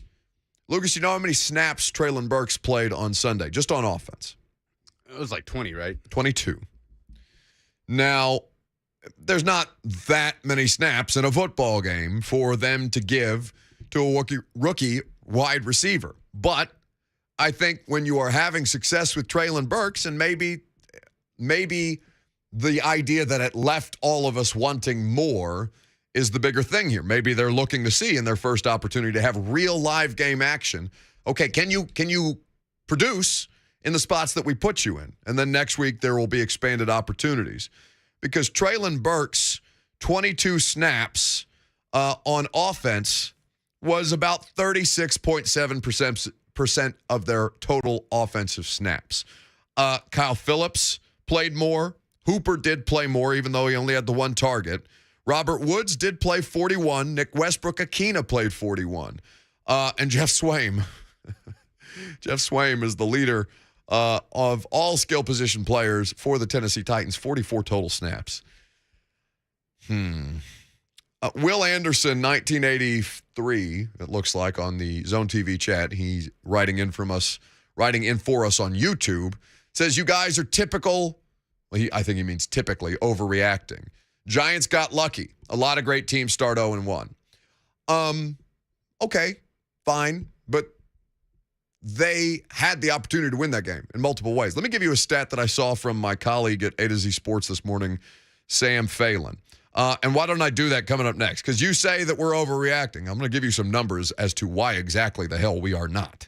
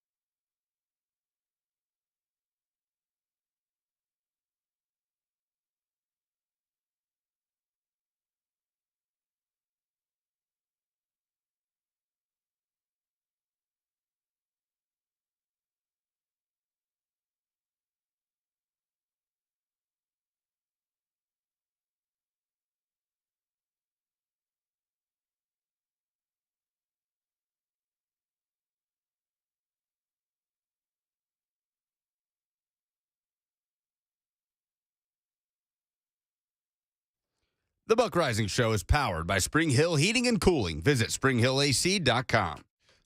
A lot of questionable decisions made in NFL coaching this weekend. A lot of games that were entertaining by their finish, but not necessarily entertaining as a product. I felt that. I felt that more in week one than I have in quite some time, just the juxtaposition between how entertained I am by college football versus pro football. Now, that Mississippi State-Arizona game in the Pac-12 After Dark, the Lucas, you caught that game in its entirety. You saw the ridiculous, it ended up being an interception thrown by the quarterback, but the escape made by the Arizona quarterback running around, trying to make a play. Ducks a defender, launches the ball, interception, return. Triple coverage. But it's funny. Now, it's not funny for them, but it's outright entertaining. And maybe it's because I have, I'm just there to be entertained as opposed to NFL where I'm watching it because it's my job. But a lot of questionable coaching decisions made. And I told you I had a stat for you because there's one stat that's been brought up in the Zone TV chat. You can jump in on the phone calls as well. I know we have some calls about Todd Downing that I want to get to, so we'll do that shortly. But let me first give you this stat from my colleague at A to Z Sports, Sam Phelan. In Sunday's loss, the Titans ran 19 plays on second and third down and less than 5. So second and less than 5, third and less than 5. They ran it 19 times. Derrick Henry got the ball on 2 of those 19 carries. Okay. 18 of Derrick Henry's 21 carries came on 1st and 10 plus, right? So if they get backed up because of penalty, or they've got a first down and they're going to run the football, Derrick Henry's getting the ball. I marry that number, and it's good work by Sam. I marry that number with what exactly you're looking at with the difference in efficiency between the Titans averaging 4 yards a carry on first down, in essence, and nearly 11 yards a pass on first down with the efficiency of their passing game. 14 air yards per first down attempt is what they were able to manage. So I say to you, why on earth are they kind of doing this backwards and looking at the situation by saying, all right, well, it makes sense to pass on first down, get Derrick in second and manageable, and then you can run it on second and third. I trust Derrick Henry in 2 downs to get 5 yards. I trust Derrick Henry in 2 downs to get 4 yards, 3 yards. I trust Derrick Henry to get 3 yards in just about any situation, no matter if he looks particularly explosive or not. He's just a giant human being, and he's going to lunge forward. And because of, by nature of length and strength, he's going to likely get the 3. So why are they doing this backwards? What am I missing here? That's, I think, the biggest question that I have for Todd Downing. And because it's a weird week, we're not going to speak to Todd Downing until Friday. So an even longer wait for Titans fans who want blood from the offensive coordinator, who they're largely pinning the decision-making on. And he is the coordinator. He is overseeing the offense. It is reasonable to put the majority of blame at his feet. But I also think that there is a lot to be answered for, and by Friday, people are going to have put it out of their mind and talk about, okay, how the hell are you going to run against this Buffalo defense? Because they're a lot better than the Giants are up front. Also, worth noting, against a team like Buffalo, your run defense is already down bad after 1 week. I don't think it's going to look that bad on a regular basis. I'm certain that Mike Vrabel's going to get that corrected, and the coaching staff alongside him. But I also think that it's notable. Lucas mentioned at the top of each hour in his update the loss of Deshaun Hand, a depth defensive lineman who had done well to earn legitimate reps in training camp and in preseason. He had ousted Larrell Murchison, who I imagine will be called up from the practice squad in the coming days, because it sounds like with a quad injury, Deshaun Hand is done for the year. Your defensive line depth was one of the things I felt best about coming into the season. Now absent Harold Landry, absent Deshaun Hand, a situation to monitor moving forward. Now, the good thing is I didn't think there was that much difference between Murchison in hand, or Kevin Strong, who made a nice play, a tackle from behind. He chased down, I think it was a running back or a wide receiver, for only a gain of 1 on one of the Giants' plays that they ran. So I thought the Titans' defensive line depth on the whole was pretty solid. But just something to keep an eye on as this thing continues to go forward, and matching up against a team like Buffalo, who set out to run the football more and better this offseason with upgrades like Roger Saffold on their offensive line, and did so well against the Rams on Thursday Night Football. 615-737-1045. Jaron is in Murfreesboro, wants to chime in on the Titans. Hello, Jaron. Hey, gentlemen. How's it going? Swell. Good. I just had a couple points. First off, the Giants did not get lucky. The Titans just outright lost that game. And then secondly, it's just week 1. I get that. But we've seen Todd Downing's awful play calling and personnel with the Raiders, and we saw it last season, and it's just transitioning into this season. So why do you think that John Robinson and Mike Vrabel, what do they believe in him to think he can get the job done? Well, I think they trust themselves as much as they trust Todd, right? Because it's not just about Todd. It's about, okay, Mike, as a football mind, is looking at this before he makes the hire and saying, yeah, of all the options available to us, Todd's done it. Todd has experience. I understand what Todd is trying to execute. I see the effectiveness of those concepts. And as somebody who has coached defense and called defense, Mike Vrabel is saying, yeah, that makes sense for what we want to do. He gets us. Now, how much longer it's allowed to go, because I think, what's the best comparison for how people feel about Todd Downing right now? Can anybody tell me? Because I've got a pretty good recent example.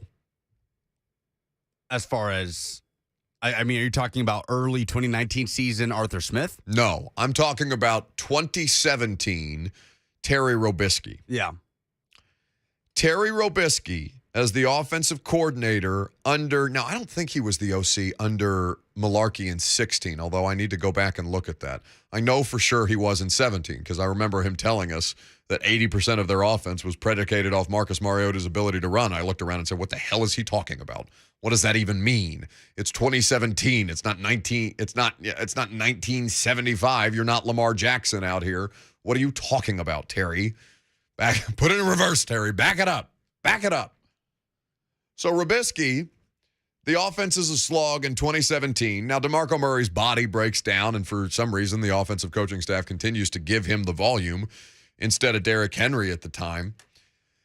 And at the end of the season, after they lose to the Patriots in the divisional round, after they beat the Jags to make the playoffs in Week 17, after they beat the Chiefs in the wild card round to advance to New England, and Mike Mularkey gets up on the podium and has that famous outburst, for lack of a better term, saying he does not feel the support of management and does not feel the support of ownership because heading into Jacksonville and heading into Kansas City, the reports from Ian Rappaport that were being leaked from the organization were that Mike Mularkey was in danger of losing his job whether the team won or lost. So Mike gets up to the podium, Mike Mularkey, that is. Mularkey gets up to the podium at the end of the season. And we go through the press conference, and Mularkey is asked, do you anticipate any changes to your offensive coaching staff? And Mularkey says flatly, no, I don't anticipate any changes. And then goes on to talk about what they're looking for in the Senior Bowl coming up. And I remember all of us looking around in the auditorium at the time in the press conference at St. Thomas Sports Park and saying, oh, he's gone. They're going to get rid of him because he refuses to adapt. And then Mike Vrabel came in. And what was the whole thing, right? We're not going to do silly things like running into 8- and 9-man boxes. Lo and behold, in that 2019 season, that 2018 season, they had to find out ways to run into 8- or 9-man boxes because they couldn't get teams to not load the box against them and respect Marcus Mariota as a passer. Because at the time, he wasn't worth respecting that way.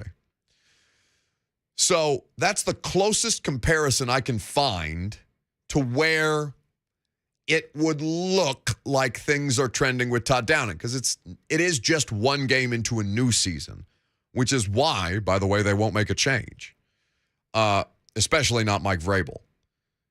Vrabel and Robinson, I know a lot of you guys consider them hard-headed and stubborn. My question to you is, wouldn't you also be if you had the rate of success that they have had with a franchise that prior to their arrival was kind of mired in nothingness? Not kind of, it was. So it doesn't make the justification right, but it does provide an explanation for why they're entrenched in their decision-making. Now, I also don't think them to be foolish. John Robinson, for the criticisms, rightfully, that John's latest draft classes have had, what is the best thing about John Robinson when it comes to making decisions on personnel that's not panning out? Well, he cuts the cord rather quickly. Vic Beasley and Jonathan Joseph were done midseason. Now, they let that thing play out as long as they could without it causing them legitimate harm, but Isaiah Wilson gave them no choice. Darrington Evans, they did away with him. There's been multiple examples of this going back across, and there have been some failures, certainly in both free agency and the draft, but they have been quick to pull the cord. So it's not like I look at Vrabel and think, oh, he's never going to make a change just because it's Mike's way or the highway, even though his way tends to be the thing that's most beneficial to them. They will not make a change in season unless things are catastrophically bad. They will not make a change in terms of play caller without relieving Todd Downing of the responsibilities in season and let us know that they did if they do. That's the biggest thing, because I'm getting a lot of questions now about when do you think Tim Kelly will take over the play calling responsibilities? And my answer is, well, it may happen, but we'll never know. They won't tell us. It's not like we're going to get to the podium and be like, hey, Mike, the play calling looked different. Was it Tim this week or Todd? You look at us like, what are you talking about? I have no idea what you're talking about. Now, it's not like things are trending that way. Again, it is a new season. They are going to treat it as a new season. So any carryover or residual feeling that you may have about Todd Downing in 2021, they're not going to apply. They're not going to apply that to their sensibilities when making decisions in 2022. That's not how a staff in the NFL operates. And we won't really know what they are until about a month into the season, which is why I kind of pumped the brakes on just general week one results, even as the results here are pretty damning. Pretty damning. So you're right to be upset. You're right to be bent out of shape. And you're right to think that you should expect better and deserve better, as are the players. And there are a fair amount of people in that organization that were not thrilled with the results of Todd Downing as an offensive play caller based on my conversations Sunday night and Monday morning. But the thing that Mike Vrabel has consistently talked about is when asked about how disappointing or gut punches or do you panic in certain moments like this? The response is, well, no, it doesn't serve anybody to panic. What's going to help if I panic? No, I'm going to continue the thing that I think is in the best interest of the football team and make the decisions thusly. And so far, the decisions thusly have been, all right, we're going to kind of ride this thing out with Todd and see if we can't get an extra set of eyes on this thing with Tim in a way that it seems Jim Schwartz was an asset to Shane Bowen last year, even if Bowen also did well with upgraded personnel. I think that explanation makes sense. 615-737-1045. Let's go to, it's been so long since Sue Ann has called us. Hello, Sue Ann. Hey, Buck, thank you for taking my call. Always. And I know, but I'm scared of Lucas. Wait, why? Well, I have another name for him. Uh-oh. Oh, no. Wyatt Earp. Wyatt Earp? Yeah, he's got that trigger finger handing over, waiting to turn on the music. Not for you, Sue Ann. No, he plays favorites, Sue Ann. I think you fit into that category.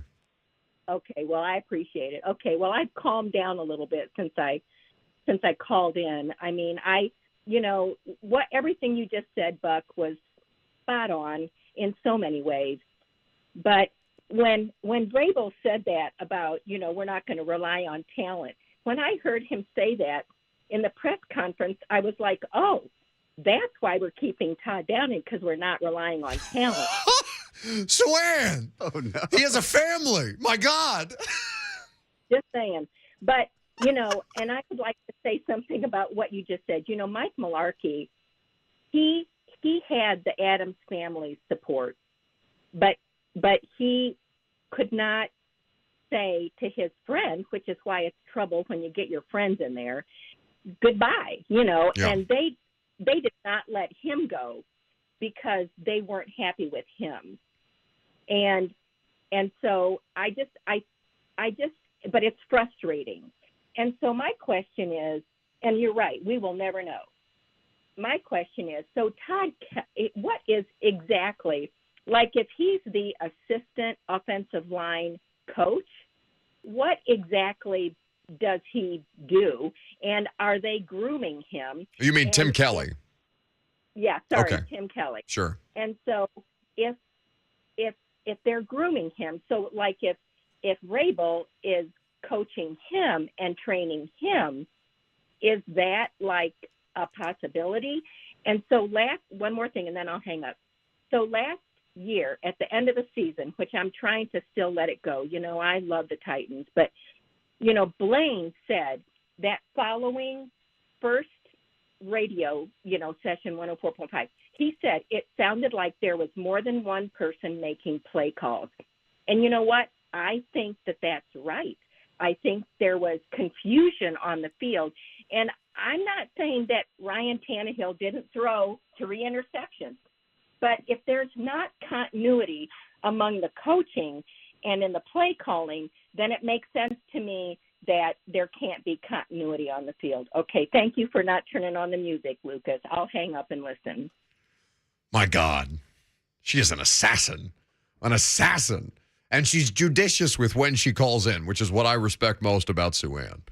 Yeah, so far, a Hall of Fame caller on this show. We have many good. Some of them are good because they are horrendous in their calls, but Sue Ann is always spot on. All right, so a couple of things there, because she touched on, so Tim Kelly, she said, what is his job exactly? She said assistant offensive line coach, but Tim Kelly is, by title, the passing game coordinator. What that revolves in is that he is in their game planning meetings.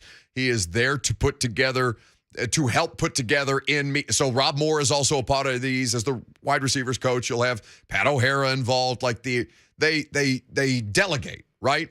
All right, so we're going to come up with a 1st and 10 menu of plays. We're going to come up with a 2nd and 5 menu of plays. We're going to come up with short yardage plays. And we're going to have a red zone package heading into this week's game plan.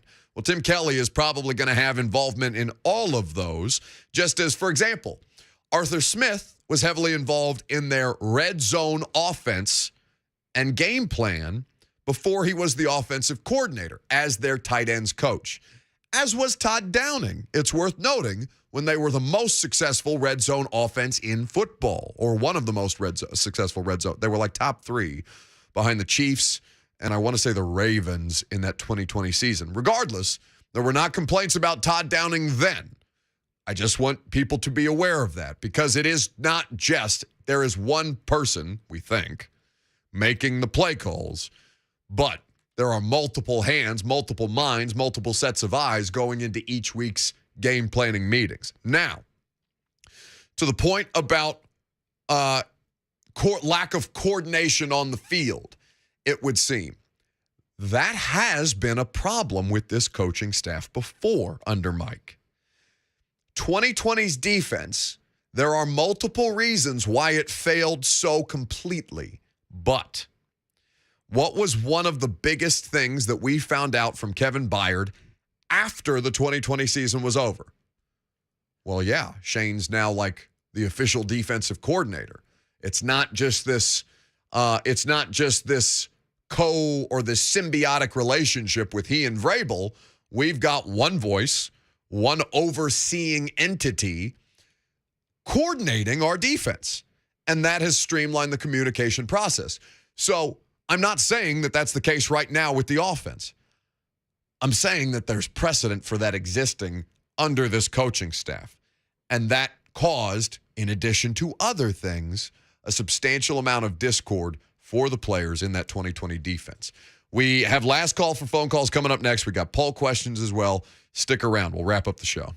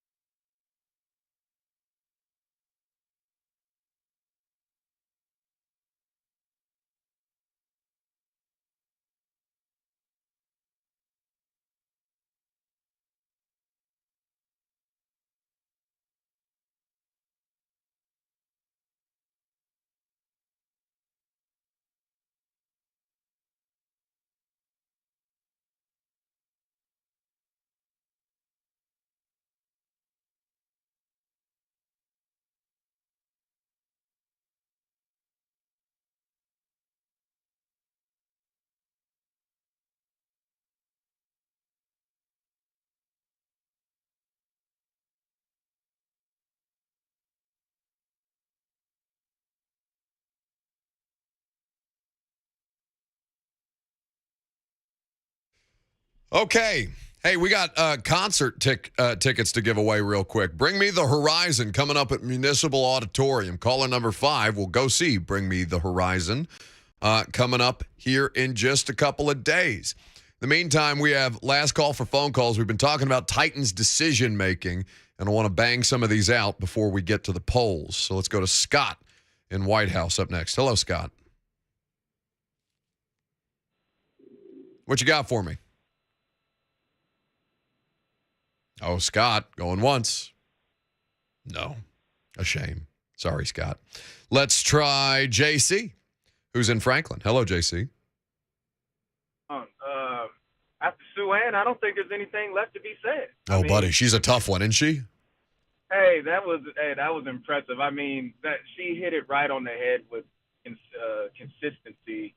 And I can only second what she said. I guess to me, offensive play calling is a combination of exploiting matchups, setting up a series by which you're going to attack the defense and developing within that series, and then just sometimes imposing your will when it's necessary.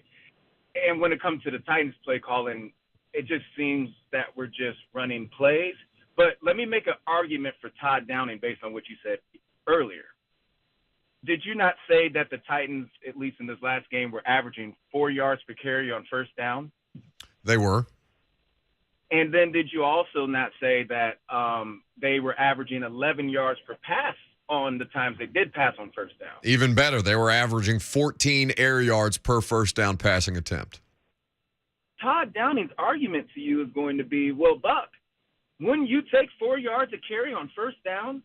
And that'll 14 yards per pass is predicated on us running the ball, so it's working.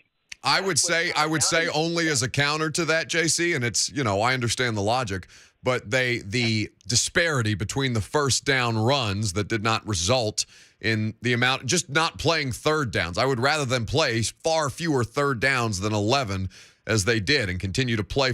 That Dontrell Hilliard, that first touchdown pass or reception, that first opening drive, they didn't play a single third down. And on the second touchdown to Dontrell Hilliard, they only played one third down.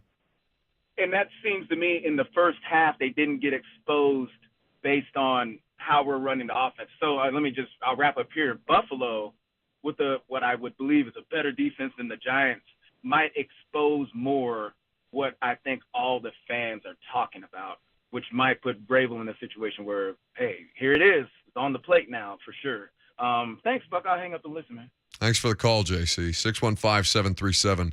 615-737-1045. How about Sean in Chattanooga up next? Hey, Buck. Love listening to the show. Just wanted to mention this, with 12 personnel kind of being the bread and butter, Ryan Tannehill was top 10 in early first downs throwing in the first 3 quarters of the game. When are we going to see heavy 12 personnel on first down, and what are the chances we go back to kind of having that heavy package on early downs? Thank you. Well, they used multiple tight ends throughout the course of that game. Certainly, Sean, and thank you for the call. I think you cannot complain. You cannot ask for more 12 personnel and then also complain about just how much somebody like Jeff Swaim is on the field. Because if Mike Vrabel's explanation for that is, well, he's our best blocker, so he comes off the field less, then when he's targeted so frequently as he is, that you have to understand the disparity between what's being asked for and what's being given. But I do think that the multiple tight end sets allow them to get back more to what we are accustomed to seeing, because they ran a tremendous amount of 11 personnel, 3 wide receivers, 1 tight end, 1 running back, as opposed to 2 tight ends, 2 wide receivers, and 1 running back, as is the definition of 12 personnel. Polls. I don't know who you are, but I know what it's time for. A poll update on the Buck Rising Show. Here's a young man with a very particular set of skills. With the final numbers, here's Buck Rising Show correspondent and producer, Lucas Panzica.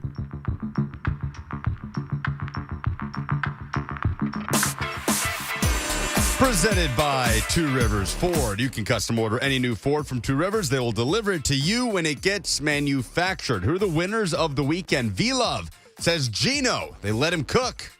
They did let Gino cook. Is it easy for you to grab Gino after the game last night with Lisa Salters? He had the quote of the year so far. It's still early. Of course, it's only week 1.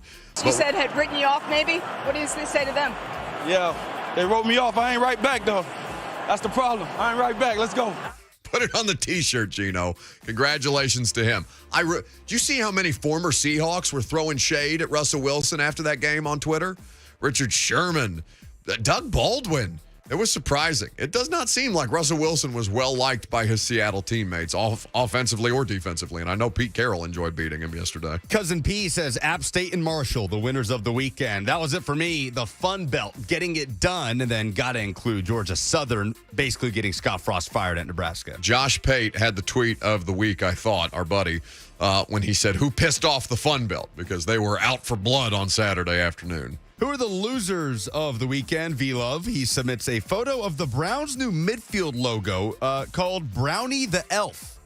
Yeah, there is an abnormally large contingent of Browns fans in the city of Nashville, Tennessee. I'm confused as to why. Hell, they even had I got followed by a Browns Fans of Nashville Instagram account that was having watch parties around the city this weekend. We only have one that we typically go to, our friend Haley Murphy, who is probably one of the loudest Browns fans on social media, at least in our local area, to explain why the hell this demented-looking elf is in midfield as their logo. I want nothing to do with that. Even as I find the Browns just color scheme generally, at least it's something different than just those ugly brown helmets. Many people saying the Titans. Shane says it's easy to say the Titans, but it's the Cowboys. I still think your take is ridiculous that the Cowboys should be less upset with their loss than the Titans. Like, sure, you know what's wrong, but at least you have hope. If you're the Titans, you're in the worst division in football.